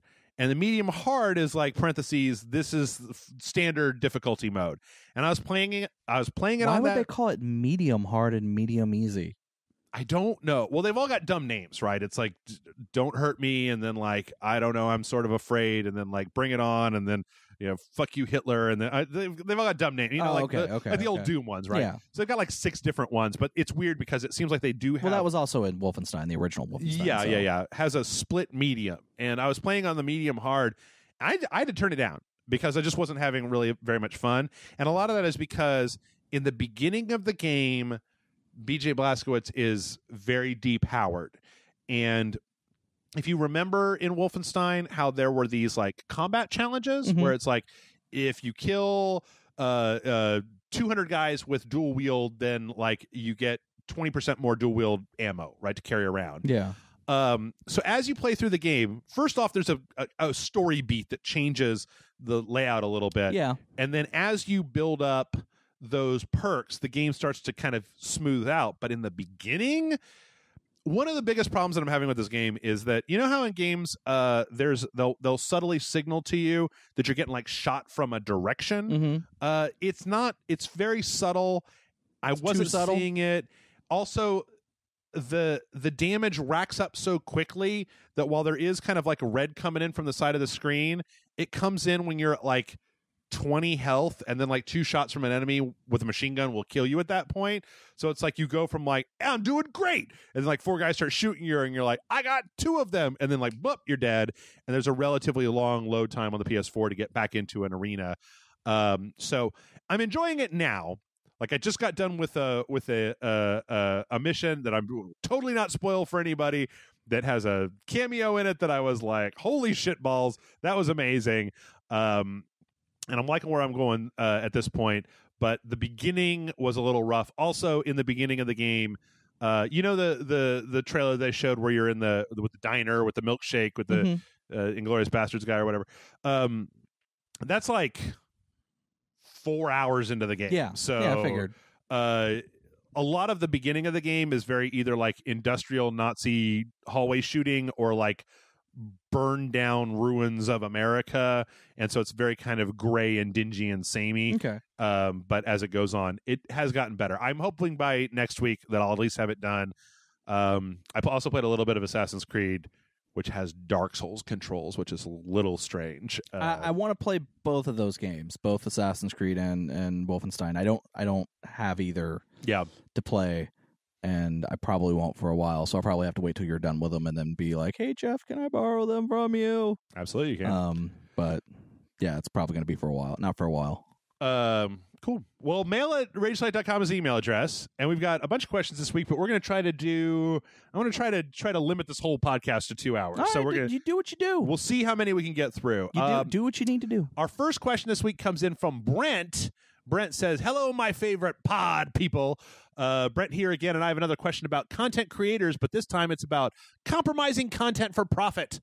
What brought this issue to my attention was the YouTube channel CinemaSins. I used to find their videos entertaining and funny, but ever since they began making their videos longer, 10 to 20 minutes, I believe they've crossed over from light jabbing core problems to just nitpicking films to death. I no longer find their content funny and now even feel that they are dampening my enjoyment of quality films. I understand the reason for doing this because of the new YouTube model favoring longer uploads, but is the financial gain worth their steep decline in quality? I don't believe so, but as a non-creator, I understand I am biased. Curious on your own thoughts about the issue. Love the site, sincerely, Brent. And then he also has a bonus question. Or he says, bonus question. I had an argument with my friend about which is a better sci-fi movie, Blade Runner or Minority Report. I don't want to give it away which one I chose, but I did argue my pick is a lot more entertaining and doesn't have 10-minute stretches where you watch Han Solo looking at boring enhanced images. Oh, I think you just gave it away. Just curious on which you think is better. Let's start at the end. What Minority Report or Blade Runner? Ooh. It's not really. It's kind of apples and oranges. Yeah, it's been a while since I've watched both of those. Yeah, I like them both. Yeah, I like them both, and it's weird because one of my favorite TV shows that only got one season and got canceled is Almost Human, which is essentially just it's Blade Runner in a Minority Report style world. Like, during the day, it's clearly Minority Report, but as soon as it becomes night in that world, it's fucking Blade Runner. Yep. Like I fucking love that show, and it's like they are great together. So Brett John's like, don't make me choose. Don't make me. But it's also been a long time since I've watched Blade Runner, and because my only copy of Blade Runner is HD DVD, and I don't have an HD DVD player anymore. Yeah, because Microsoft patched it out of their firmware or whatever. No, I mean it still works. Like you can still hook it up, but the console that I would hook it up to, it no longer works. Oh, okay. So I have the player, but not the console anymore. Okay. So it's been a long time since I've watched Blade Runner, and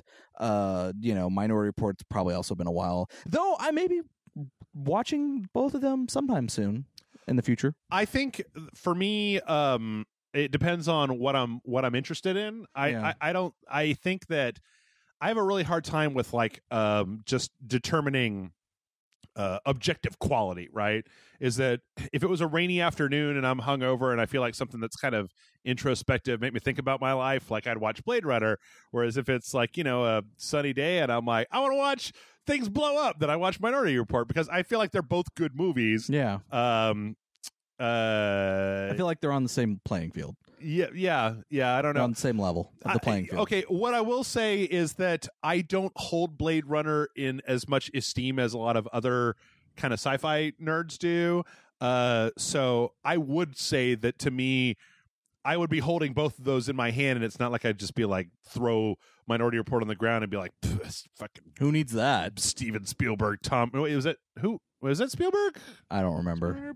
This Tom Cruise stupid popcorn bullshit. I'm really more about the introspective ideas about what is human, and like where are we going in this lifetime, and like I can watch Chronicles of Riddick, or I can watch Solaris. I'll watch either one of them, and I will enjoy both of them because. Yeah. Speaking of Blade Runner, I haven't seen the sequel yet. I really need to fix that.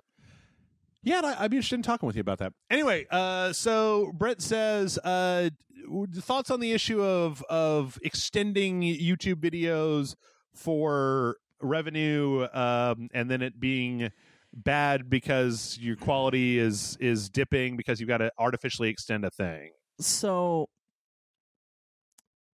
I mean, I really can't speak on a lot of this because I don't post videos to my own YouTube channel, and sure. I don't. But having said that, I know a lot of people who do, and it really seems like the whole earning revenue through YouTube thing is gone the way of the buffalo at this point, and is no one does it anymore, really, except unless you're like PewDiePie, who just makes millions of dollars through YouTube revenue. You don't really. You got to have a video that's like over 1 million hits. Most people make their money through Patreon. Yeah, like most people that I know that I follow. If they were to be like, we need to rely on our YouTube money, mm-hmm. They would be homeless, poor, and wouldn't make any. Like they literally would it'd be the worst thing ever. Yep. But so they have to get money from other places. Some use Patreon, some use actual like sponsorship through other companies. Some will. Do like on that note, I'd like to talk a little bit about Nature Box. Yeah. Hey, do you need snacks? Well, and it's not even just that, but I'm just saying, like, some will do sponsorship through other services, like partnership programs. Right. Some will do like it's kind of the whole making longer it feels like the making longer videos had less to do with the revenue that people were making and had more to do with the whole algorithm bullshit that's been going on mm-hmm. forever, that seems to be just getting worse and worse, to the fuck that Glove and Boots just shut down their YouTube channel because they're like, yeah, we're taking a break while we figure this fucking shit out, because it used to be that we were getting X amount of videos and now we're getting a third of that, or views. No. Same thing. Yeah. Rage Select. Same thing. Like last year, hell.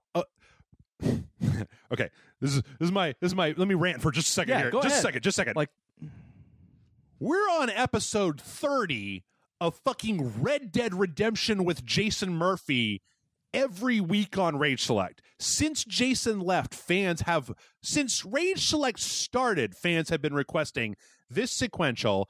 And since Jason left, every time he comes back, it's just like, like people fucking I love Jason Murphy. Everybody loves Jason Murphy, right?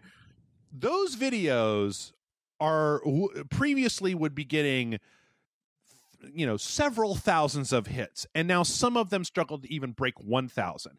And when I look at it, look, I'm not a megalomaniacal jerk, right? I'm just like, okay, let me arrange my thoughts. I look at the subscriber count for Rage Select's YouTube channel, and it's not like it's just dipped through the floor. It's not like the subscriber count one day just went like, pfft. So like relatively the same number of subscribers as we've always had, and yet a third to less of the hits on videos that we've had. Yeah. And I'm firmly convinced that it's because people the people that are subscribed to our channel but didn't click on a couple of videos, and then it like stopped serving that content totally into their feed. Because people have even talked about, like, there was a big thing where they were like, like people were like, I'm subscribed to you, but YouTube never notifies me when you're, it's like, oh, well then YouTube put this bell thing, if you click on it, it will notify you, guaranteed every time. People are doing that now, and they're being like, I don't get notified when you upload a video. It used to be, Brian Brushwood has been on this website. Brian Brushwood and Jason Murphy have been on this website more often than not. These used to be like, a video with Brian Brushwood would get like 10,000 hits. Yeah. And now I'm basically 1,000. So if it wasn't for Patreon, I would have been gone a long time ago, obviously, because we were never popular enough to make it off of YouTube revenue. But even now, I feel like that it sucks because I've talked about this a little bit before. The last video, Amanda and I played Senran Kagura, Peach Beach Splash. That part one of Senran Kagura, Peach Beach Splash has more hits than anything. That one video has more hits on that video than just about any other video over probably this year on Rage Select. Yeah. Like, it's got something like 6,800 hits, and I think it's because it had boobies in the thumbnail. People clicked on it. People kept clicking on it, and then it started being served up or coming up when people were searching for Senran Kagura or whatever, and that it has a momentum of its own to the point where I would never in a million years think that Brian Brushwood plays Super Mario Odyssey would have fewer hits than Senran Kagura Peach Beach Splash. But yeah, I swear to God, if there was just a way that I could, like, I don't like asking people for this stuff, but YouTube is so fucking inscrutable with this shit and what they like kind of nudge you towards. Well, and what they nudge you away they from. don't explain it. And here's the thing: there's a lot of YouTubers out there, like not just us, like a lot of YouTube channels that are coming out and being like, "Hey."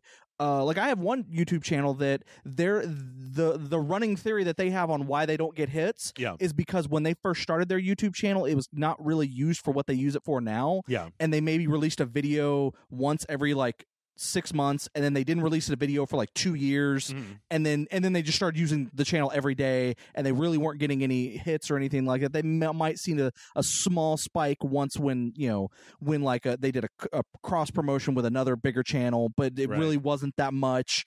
And they're like, well, someone essentially told them that it's because in the beginning you barely posted anything, and so they're like, okay, well, we're gonna create a brand new channel from scratch, and just start over, because that's the only thing we can think to do, because nothing else, because the algorithm's been fucked at this point. Because the algorithm has been changed so much. And then also, when people do think that they figured out the algorithm, YouTube changes it so frequently that by the time they think they figured it out, it's no longer true. And when asked about it, YouTube is just like, that's behind the scenes stuff. We don't make that public. Yeah. To be honest, Brent, it's just, YouTube was built on, YouTube is like the internet, where it was built on funky outsiders making crazy stuff, and we're all just like, holy shit. YouTube was built on cat videos. Yeah, that too. And now it's TV. It's basically mutating into TV, where like, if you don't have a shitload, if you don't already have a huge fan base, it's hard to build one. Fucking Nick can't monetize it. I have a story though. I have one story real fast. You want to hear the funniest thing that happened all week to me? This is a YouTube specific story. So, Super Mario Odyssey Part 1 up on YouTube. Demonetized by Nintendo. Monetized by Nintendo, because I don't monetize any Rage Select anymore, right? Monetized by Nintendo. Okay, we all knew that was going to happen. It's a Nintendo game. Nintendo monetizes everything. Tuesday, wake up, looking at that page, looking at my YouTube page, and I see underneath match third-party content, monetized, not suitable for all advertisers, the yellow thing, which Brian Brushwood and I discussing the consent of Mario taking over the bodies of Goombas with his hat without gaining positive consent. There were some things in that video that I could see why a subscriber would be like, I don't want to be part of this craziness. And then below that, it says, manual review requested for not advertiser-friendly content. And I was like, wait a minute, I didn't request review. And then I was like, no, but I also didn't monetize this. So Nintendo monetized my video. YouTube's algorithm said, like, this is not appropriate. And Nintendo was like, I want somebody to look at that, like, with their own two eyeballs, because I think that you should, like, I think that they automatically just immediately did it. And then I got to look at it right now. But if I'm not mistaken, the last time that I looked, this is the cherry. This is the best thing. The best ending to this story is the last time that I looked, it is not monetized. Yeah. So I think that Nintendo requested a manual review of our video, and YouTube came back and was like, nah, man, that's not appropriate for advertisers. And that when that happened, that Nintendo then released, like, it's still third-party content, but that they then demonetized the video so as not to piss off a potential... So...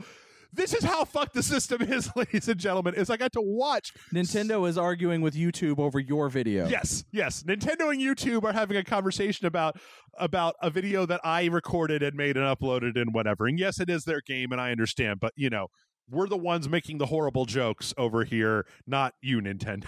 So I don't know, Brent. To be honest, I can't answer your question about CinemaSins. What I can say is that if... I feel like the time is ripe that if anybody came up with a competing platform to YouTube that was free for creators and was more like older YouTube was, and then they just didn't give a fuck about as much about the monetization, advertiser friendly stuff, that this would be a nice time to start jumping to a different platform. Yeah. Which, you know, too bad there isn't one. I mean, I know that there have been a couple of that have tried but failed because no one jumps to them. Yep. You mean like Vimeo or VidMe? Oh yeah. VidMe was a recent one that was actually like purporting proper monetization. Mm-hmm. Like, oh, you're going to get the money for this, and you know, like it was actually very easy to become a like a creator, like a content creator that could monetize their videos, and no one went to it. No one was watching videos on their site. Also, just FYI, Senran Kagura, Peach Peach Splash, 7,000 views. Ruiner, a game that I absolutely loved, 986. Anyway, all right, let's move on to the next one. This one is from JD. JD says, yo, what up, Jeff and John? This is a question for you, John. Oh, okay. Hope you guys' week is going phenomenally. This question is mainly for John. Sorry, Jeff. That's all right, man. Send in more questions for John. After not watching wrestling for almost 15 years, a friend of mine gave me access to his WWE Network account, and I'm finding myself wrapped up in the craziness once again. I started watching SmackDown, since that's what I remember watching as a kid. Becky Lynch is my girl. JD, I'm sorry, that was Becky Lynch is my girl. I watched the past month or so of shows, as well as the recent Hell in a Cell, and I'm now working my way forward from the beginning of this year. My question for you, John, is do you think I should also be watching Raw along with SmackDown? SmackDown is already enough of a time investment, but is it beneficial to me to be watching both shows or more, or can I get away with just watching SmackDown and the pay-per-views? Have a great rest of your day, my dudes, and I cannot wait for the annual Rage Select Royal Rumble. I think you can get away with just watching SmackDown. Okay. You might run into a little bit of problem with like the upcoming pay-per-view, which is I forget what the next pay-per-view is called, but it's essentially a SmackDown versus Raw, and like there was even a thing where SmackDown wrestlers invaded Raw and like beat a bunch of people up. So you might get a little bit of confusion there because they might be referencing stuff that happened on another show that you didn't watch. Okay. But having said that, fucking WWE replays and reiterates all their shit so much that you don't need Who cares? I mean, who cares? I mean, if anything, I would, and this is going to be the thing that I'm going to tell you, since you have access to the network, forget SmackDown, forget Raw, forget SmackDown, watch NXT. NXT is where the shit is at. That is where that is the best program WWE is putting on, bar none, right now. Because I'm gonna let you know a little secret.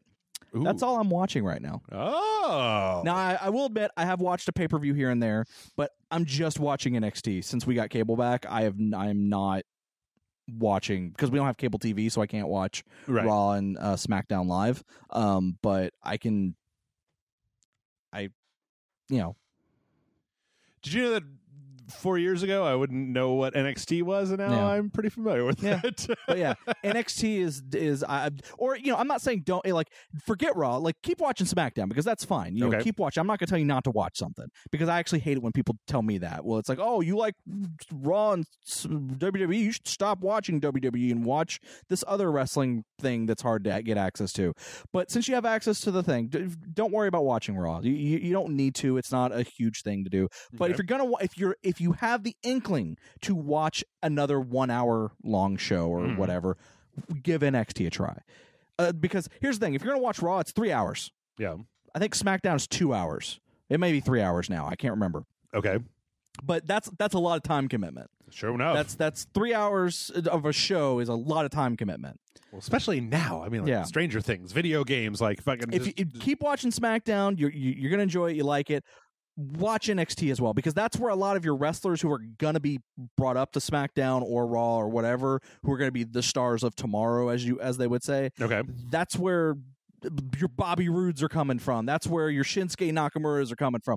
You have access to the network. Watch fucking NXT, for the love of God. Also, they have a really cool pay-per-view called War Games coming up pretty soon, which is going to be entertaining, because it's going to be 2 rings inside of a steel cage linked together, and then they have teams of people fighting inside of that steel cage. Okay. Awesome. Yeah. All right. Kate Josie writes in and says, "Dear beautiful Jeff and beautiful John, this is Kate Josie here for a serious question. I'm playing Shadow of War, and I agree with you. It's really fun, but it's just not as good as the first game. So I'm going to get Wolfenstein 2, and then later, when South Park is cheaper, I'll get that. Why the fuck can't the game industry spread its shit out? Why is there a drought of games followed immediately by a flood every single year? It's really hard to spread my time around when this shit happens. Why is this a situation every single year? Your loyal patron, Kate Josie." You know, I think it's interesting. Yes. Because there was a time when literally new games were end of summer to Christmas. Like, that was it. Like, every year. Like, that was drought beginning of the year, because you'd get the games for Christmas, and then you wouldn't have to play anything new until towards the end of summer, because that's when you've beaten everything and now you start new. And then they went, you know what? I don't want to get lost in the shuffle. No one's releasing anything in that January, February, March time frame. Q1. Let's push this game back to there. Yeah. And then that game did well in sales, better than it would have if it released during the Christmas holiday time frame. And then other companies went, that's a good idea. So it's like, now it's February, March, shit ton of games. Yeah. Then nothing for a little bit. Then shit ton of games right before Christmas. And then like a 2-month gap during December and January. The main... So it's like they kind of had the idea to spread it out, but didn't want to... I complain about it all the time, but I'll answer that question. It's that some marketing department is like, you have to get it out. The reason that you see stuff in later October, November is so that when Christmas shopping happens, people have, what do you want for Christmas? I want the new Assassin's Creed game. And then like, okay, the new Assassin's Creed game is out. You get people, give it a few weeks to get hyped up for it. In my perfect world, you would take all of the big video game releases and put out one every week for the entire year and give us all time to play it. But it's also worth noting that, Kate, you don't have a deadline. Like, you could play South Park: The Fractured Butthole in 2-hour increments for the next 10 weeks if you want to. I only have this issue because my time is very limited. Because you have to play all these games. Well, okay. For the purpose of the site. Somebody say, oh, I want to play to the end of all the games, but I've gotten over that because I just don't have the time anymore. But what I try to make an effort, because like South Park was 20 hours, and I managed to just like shove that into every 4 hours that I had. Like, here's another 4 hours. I actually just recently beat it, so, you know. It's a good game. Yeah, but I have to constantly remind myself that, you know, most people could be like, oh, I want to play Nier Automata, and like, oh, weeks in, or like, oh, you know, it's been 6 months, I'm still playing Persona 5, and yeah, that other, you know, the new Wolfenstein is out, but like I still got another 20 hours left on Persona 5. I'm going to finish that first, and then I'm going to buy it on sale. Like Shadow of War, I don't like the way the reviews read for it. I'm going to wait for 6 months and like let it drop in price, you know? Like most people have the ability, like Wolfenstein isn't going to be gone in 6 months, nor is it going to be any less good in 6 months. Right. So in fact, it may even be better in 6 months. Like there may be optimization or better stuff. You know, Hitman is in the next 2 weeks putting out their like IO's Gold Edition with 4 new things, new shaders, and you can get access. John, they're gonna give you access to the back catalog of the elusive targets. Yeah. You know what this means? You can kill Gary Busey. Yes. One chance, one shot to kill the elusive Gary Busey. Yeah. Man, I am going to... But that's only if you didn't fail at them previously. I didn't know it was a thing until it was already over. Yeah. Ooh, I can't wait. But anyway, there's nothing to say. My position in this, before I started doing any of this, back when I was just had a day job and played video games at night, right, was that if I missed a game, I wouldn't sweat it too hard. I'd just be like, okay, well, you know, I missed X. I'm going to finish this game that I'm playing. By the time I'm finished with that, probably the next game is out. And then I'm just going to decide, like, am I more interested in this or this one over here? But the answer is marketing, is Christmas time. And then, as you said, Q1 has become profitable because you've got people post-holiday season who have Christmas bonuses, money laying around. And then if you put out something, tax season. It's a lot better than it used to be. Like it used to be that you would get that big glut of stuff, and then like I remember back in Spill, which was 5 years ago, Summer of Arcade was like, oh my god, I can't wait for the Summer of Arcade because there'll at least be 5 games that I can play, you know, or 4 games that I can play that are of a decent quality as opposed to just jack shit. So I was actually bringing up a thing just to see what's coming out in January. Ni no Kuni 2 in January? Interesting.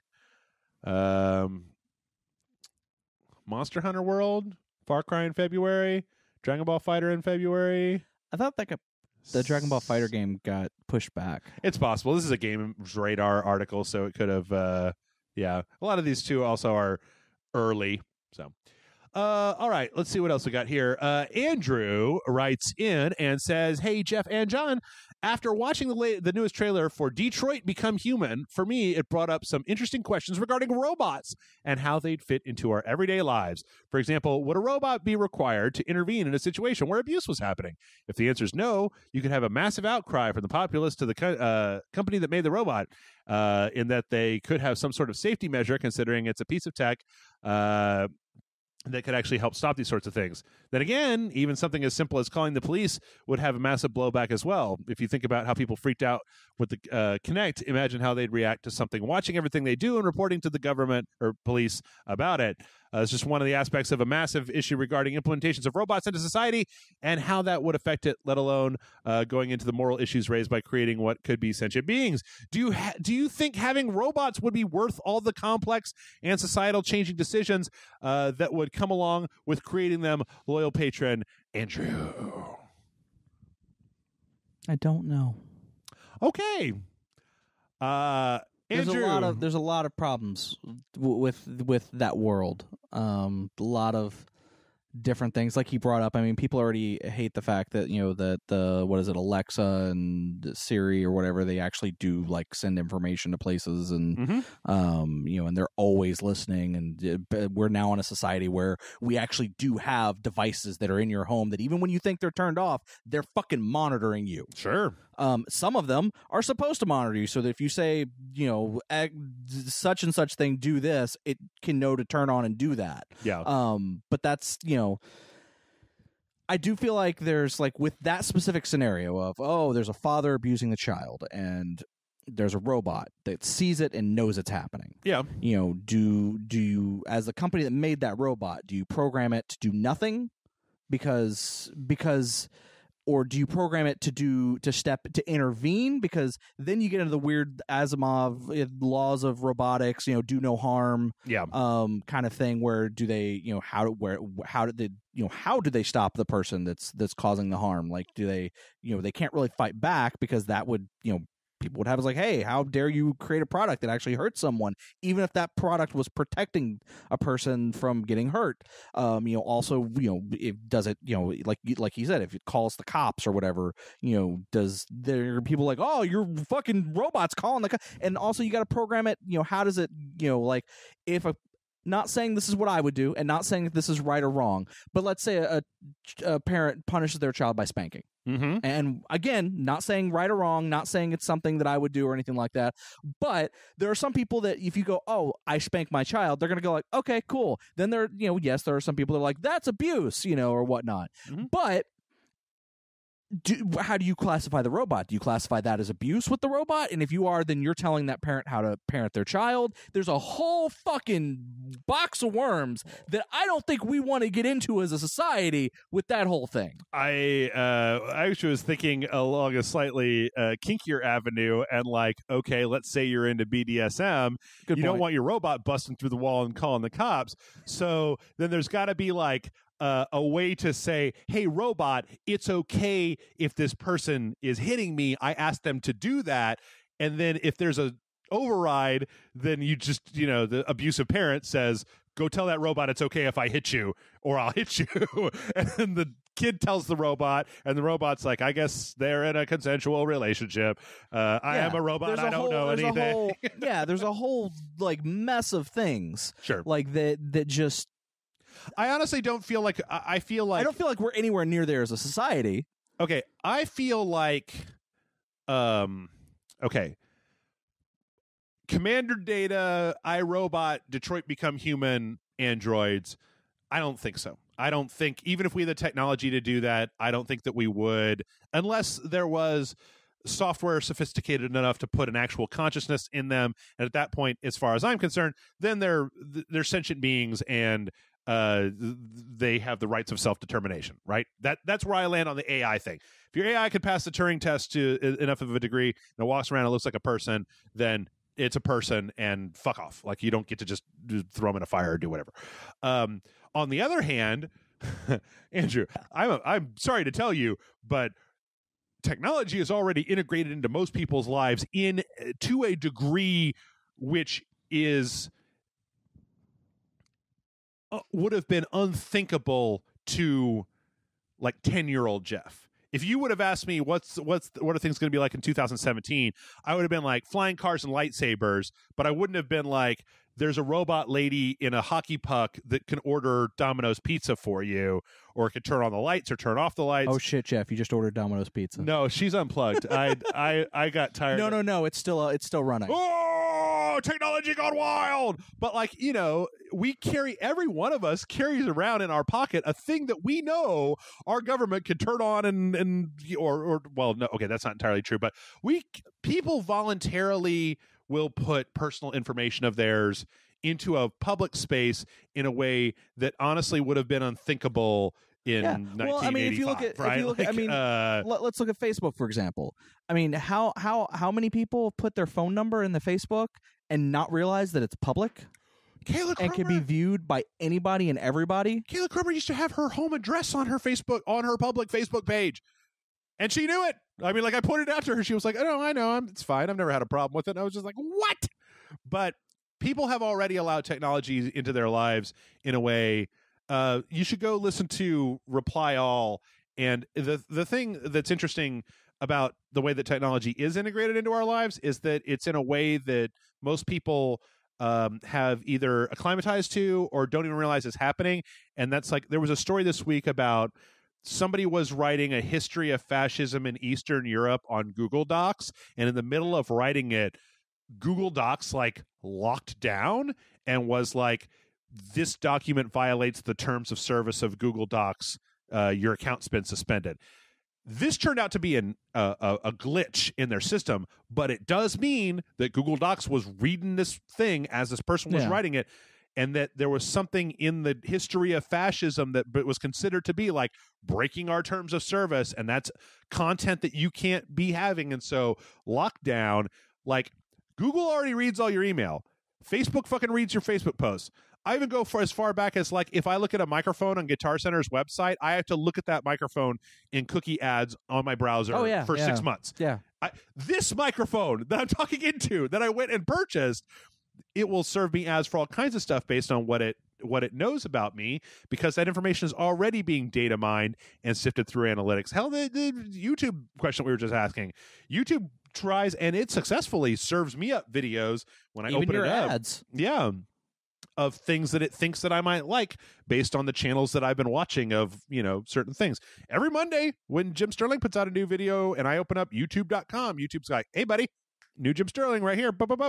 Also, here's like 12 other things that we think you might like that you've probably never seen, some of which you have. Yep. Netflix on my phone by default has turned on notifications of just like, hey, there's a new season of The Get Down. Probably want to watch that. Or their new BoJack Horseman season 3. I only knew about it because my phone went bong and I opened it up and it was like Netflix saying, hey, there's BoJack Horseman. And I swear that all they ever gave me were notifications for shows that I was watching.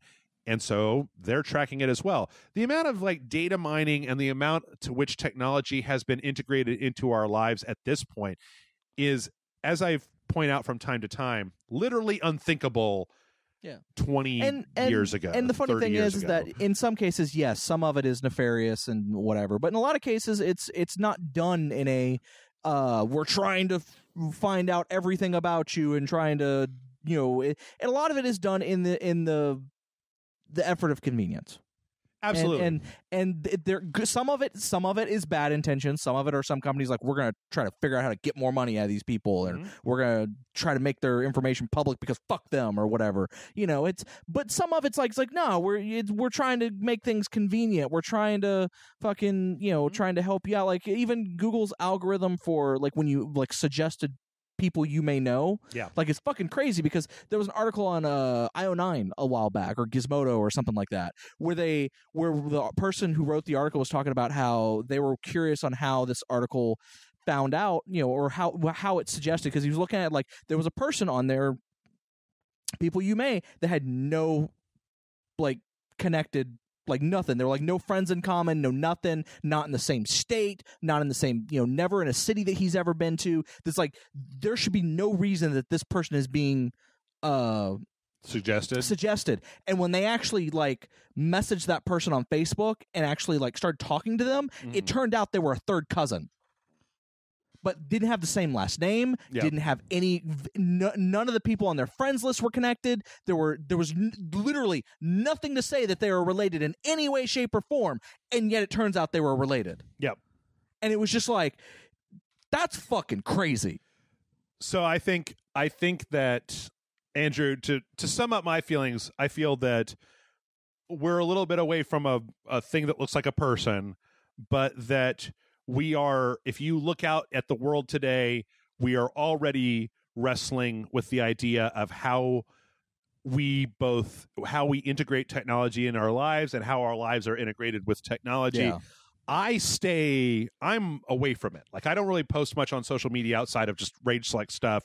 And although I do have a YouTube channel and a Patreon and all that stuff, I read books when I'm not recording, and drink, but I drink and read books, and I'll play some video games, but I don't, I'm not a multiplayer gamer. I don't Instagram or Snapchat or any of that stuff. I'll look at Facebook, but I'll also go through large swaths of where I just don't ever touch Facebook. So I'm largely divorced from technology.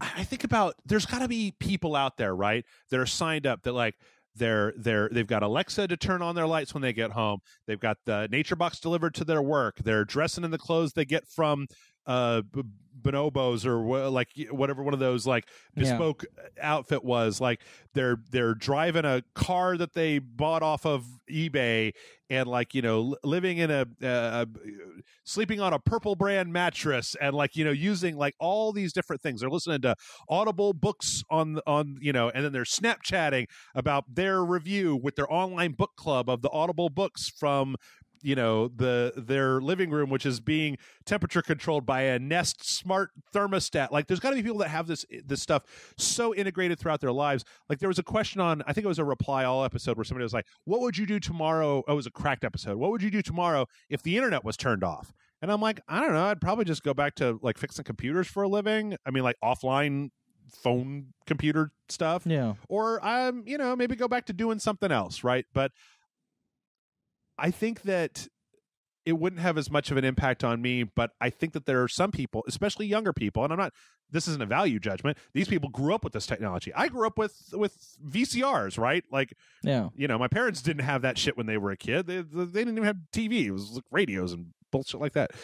But I wonder what would happen if a person who has all this technology that's integrated into their life, that their literal way that their brain thinks about things, I'd be fucked. Doesn't conceive of what it would be like if you didn't have a smartphone on you. Yeah, no, I mean access to the internet. Yeah, I mean, as far as like phones and stuff like that, having a smart, a cellular phone, that's I've had beepers.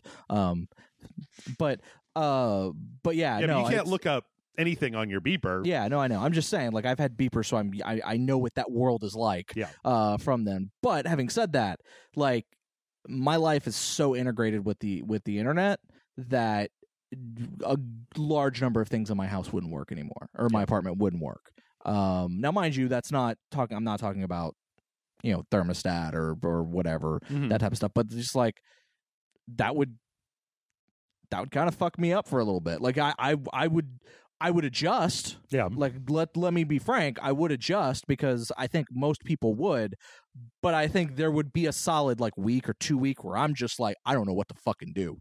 Like I am just in my head, I'm like, I am fucked. Yeah, I don't know. It's interesting because when you ask the question about the robots, it just makes me take one step back and go, I had a lot of long conversations with Grant about this, strangely enough. Yeah. Like Grant is like, we're still figuring this out. Yeah. Like that Facebook has been around for what, like 5 years? Like maybe more, 10 years? Yeah. Maybe? Like 10 years back when it was colleges, right? When it started in colleges, and it was MySpace before that. But like, we're still looking at like, what are the long-term, we haven't even gone through a generation that's had Facebook from the birth to death yet to see what, we can't even compare somebody who's an adult who was born with Facebook to somebody who was born in an era without Facebook. Like I represent the end, the tail point of a generation, or not everybody, Gen Y or millennials, certain millennials, depending on where you make that drawback. But like, I remember I was a fully functioning teenager who didn't have an internet.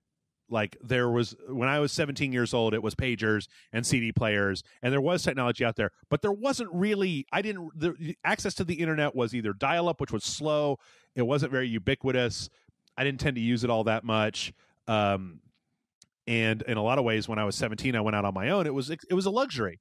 Like, I didn't need an internet. What do I need internet for? Oh, like so I always had internet. Mind you, it was dial-up, but I heavily used that dial-up. Yeah, I mean, I didn't. So. I was like, well, I don't play Duke Nukem Online, Yeah, I mean, we had a second phone line just so for the purpose of the internet during the dial-up days. So that for me is kind of weird because I remember a world without the internet, and I'll be honest, the world with the internet's better. It is better, but there also are new types of implications. Like I don't get into it here, but there's a real question of like, if a foreign power can affect your government's operation through Facebook shit posting, through targeted Facebook shit posting, what does that mean for how a government is created? Like if you can change a person's mind by using all that backfilled data on Google and Facebook to target somebody with messaging that over time will gradually shift them to a different direction, that's kind of a form of weird mind control that we haven't really thought about before. And what does that mean? Like if a person is that malleable, then what does that mean for our world? Not just for politics, because that's a shit show. But what does it mean? Like if Facebook decides that they are going to use all of your data to start pushing people in the direction of just being like more pro consumer, like just nudging you in the direction of like, you like buying stuff's cool, check this cool thing out, you'd like that, right? Facebook already does that, right? But if it was, let's just say that we found an internal memo in Facebook that said that like, we've created an algorithm that says over the next 20 years we're going to push people into just like more and more and more like frivolous spending by just, every time that we detect that, like, we start to be able to see your spending patterns and we know when you get paid. And then on that day, Facebook is going to be like, hey buddy, look at this. Yeah, I just got paid. Here's the thing. Check I just got paid out. and like Facebook is already telling me of shit that I want to buy. Yeah. Jeff, we're already there, man. Okay. Well, see, I don't ever do anything. Like I have a digital footprint, but it's very light. I have a very light digital. I'm like a digital ninja. Like you see some little toe prints, like a cat in the dust, but not all that much. So Facebook keeps trying to sell me shit, and I'm just like, fuck you, Facebook. I'm not clicking on that. You could say, click here, and I'll give you $500, and I'll be like, eat my dick, Facebook. I've got $500. Keep your $500, Mark Zuckerberg. Anyway, so yeah, think about that, Andrew. And I think that's going to be our last question because we're a little bit over an hour at this point. So, anywho, next week we will come back and there's a question about giant robots. I saw your question. We will answer that next week. In the meantime, all the stuff. It's Patreon and whatnot. But be sure to let us know for the beginning. If you got all the way here, a little reminder. What do you think? What should we do? What do you want to see more of? What do you want to see less of? Like, I had people last week when we did Hidden Agenda that were arguing about like, oh, I wish there would have been a Hidden Agenda Part 2. And then some people that were like, no, that was enough. I like to see a different game every day of the week rather than having a Part 1 or a Part 2. Let us know what you think down in the comments. I generally speaking, at this point, most of the mean people have run off. So all of you that are left listening to this, you good people, I want to hear what you got to say. So I kind of want to hear from the mean people. Do you want to hear from the mean people? Yeah, I want to know. What do they think? John at Rage Slate. No, that's not a thing. Don't email that. Yeah. In the meantime, though, I think, do you want to go buy some stuff off Facebook, John? What are you talking about? I've been doing that this entire time we've been talking. Oh, all right. I just got paid. Let's go buy some Facebook shit.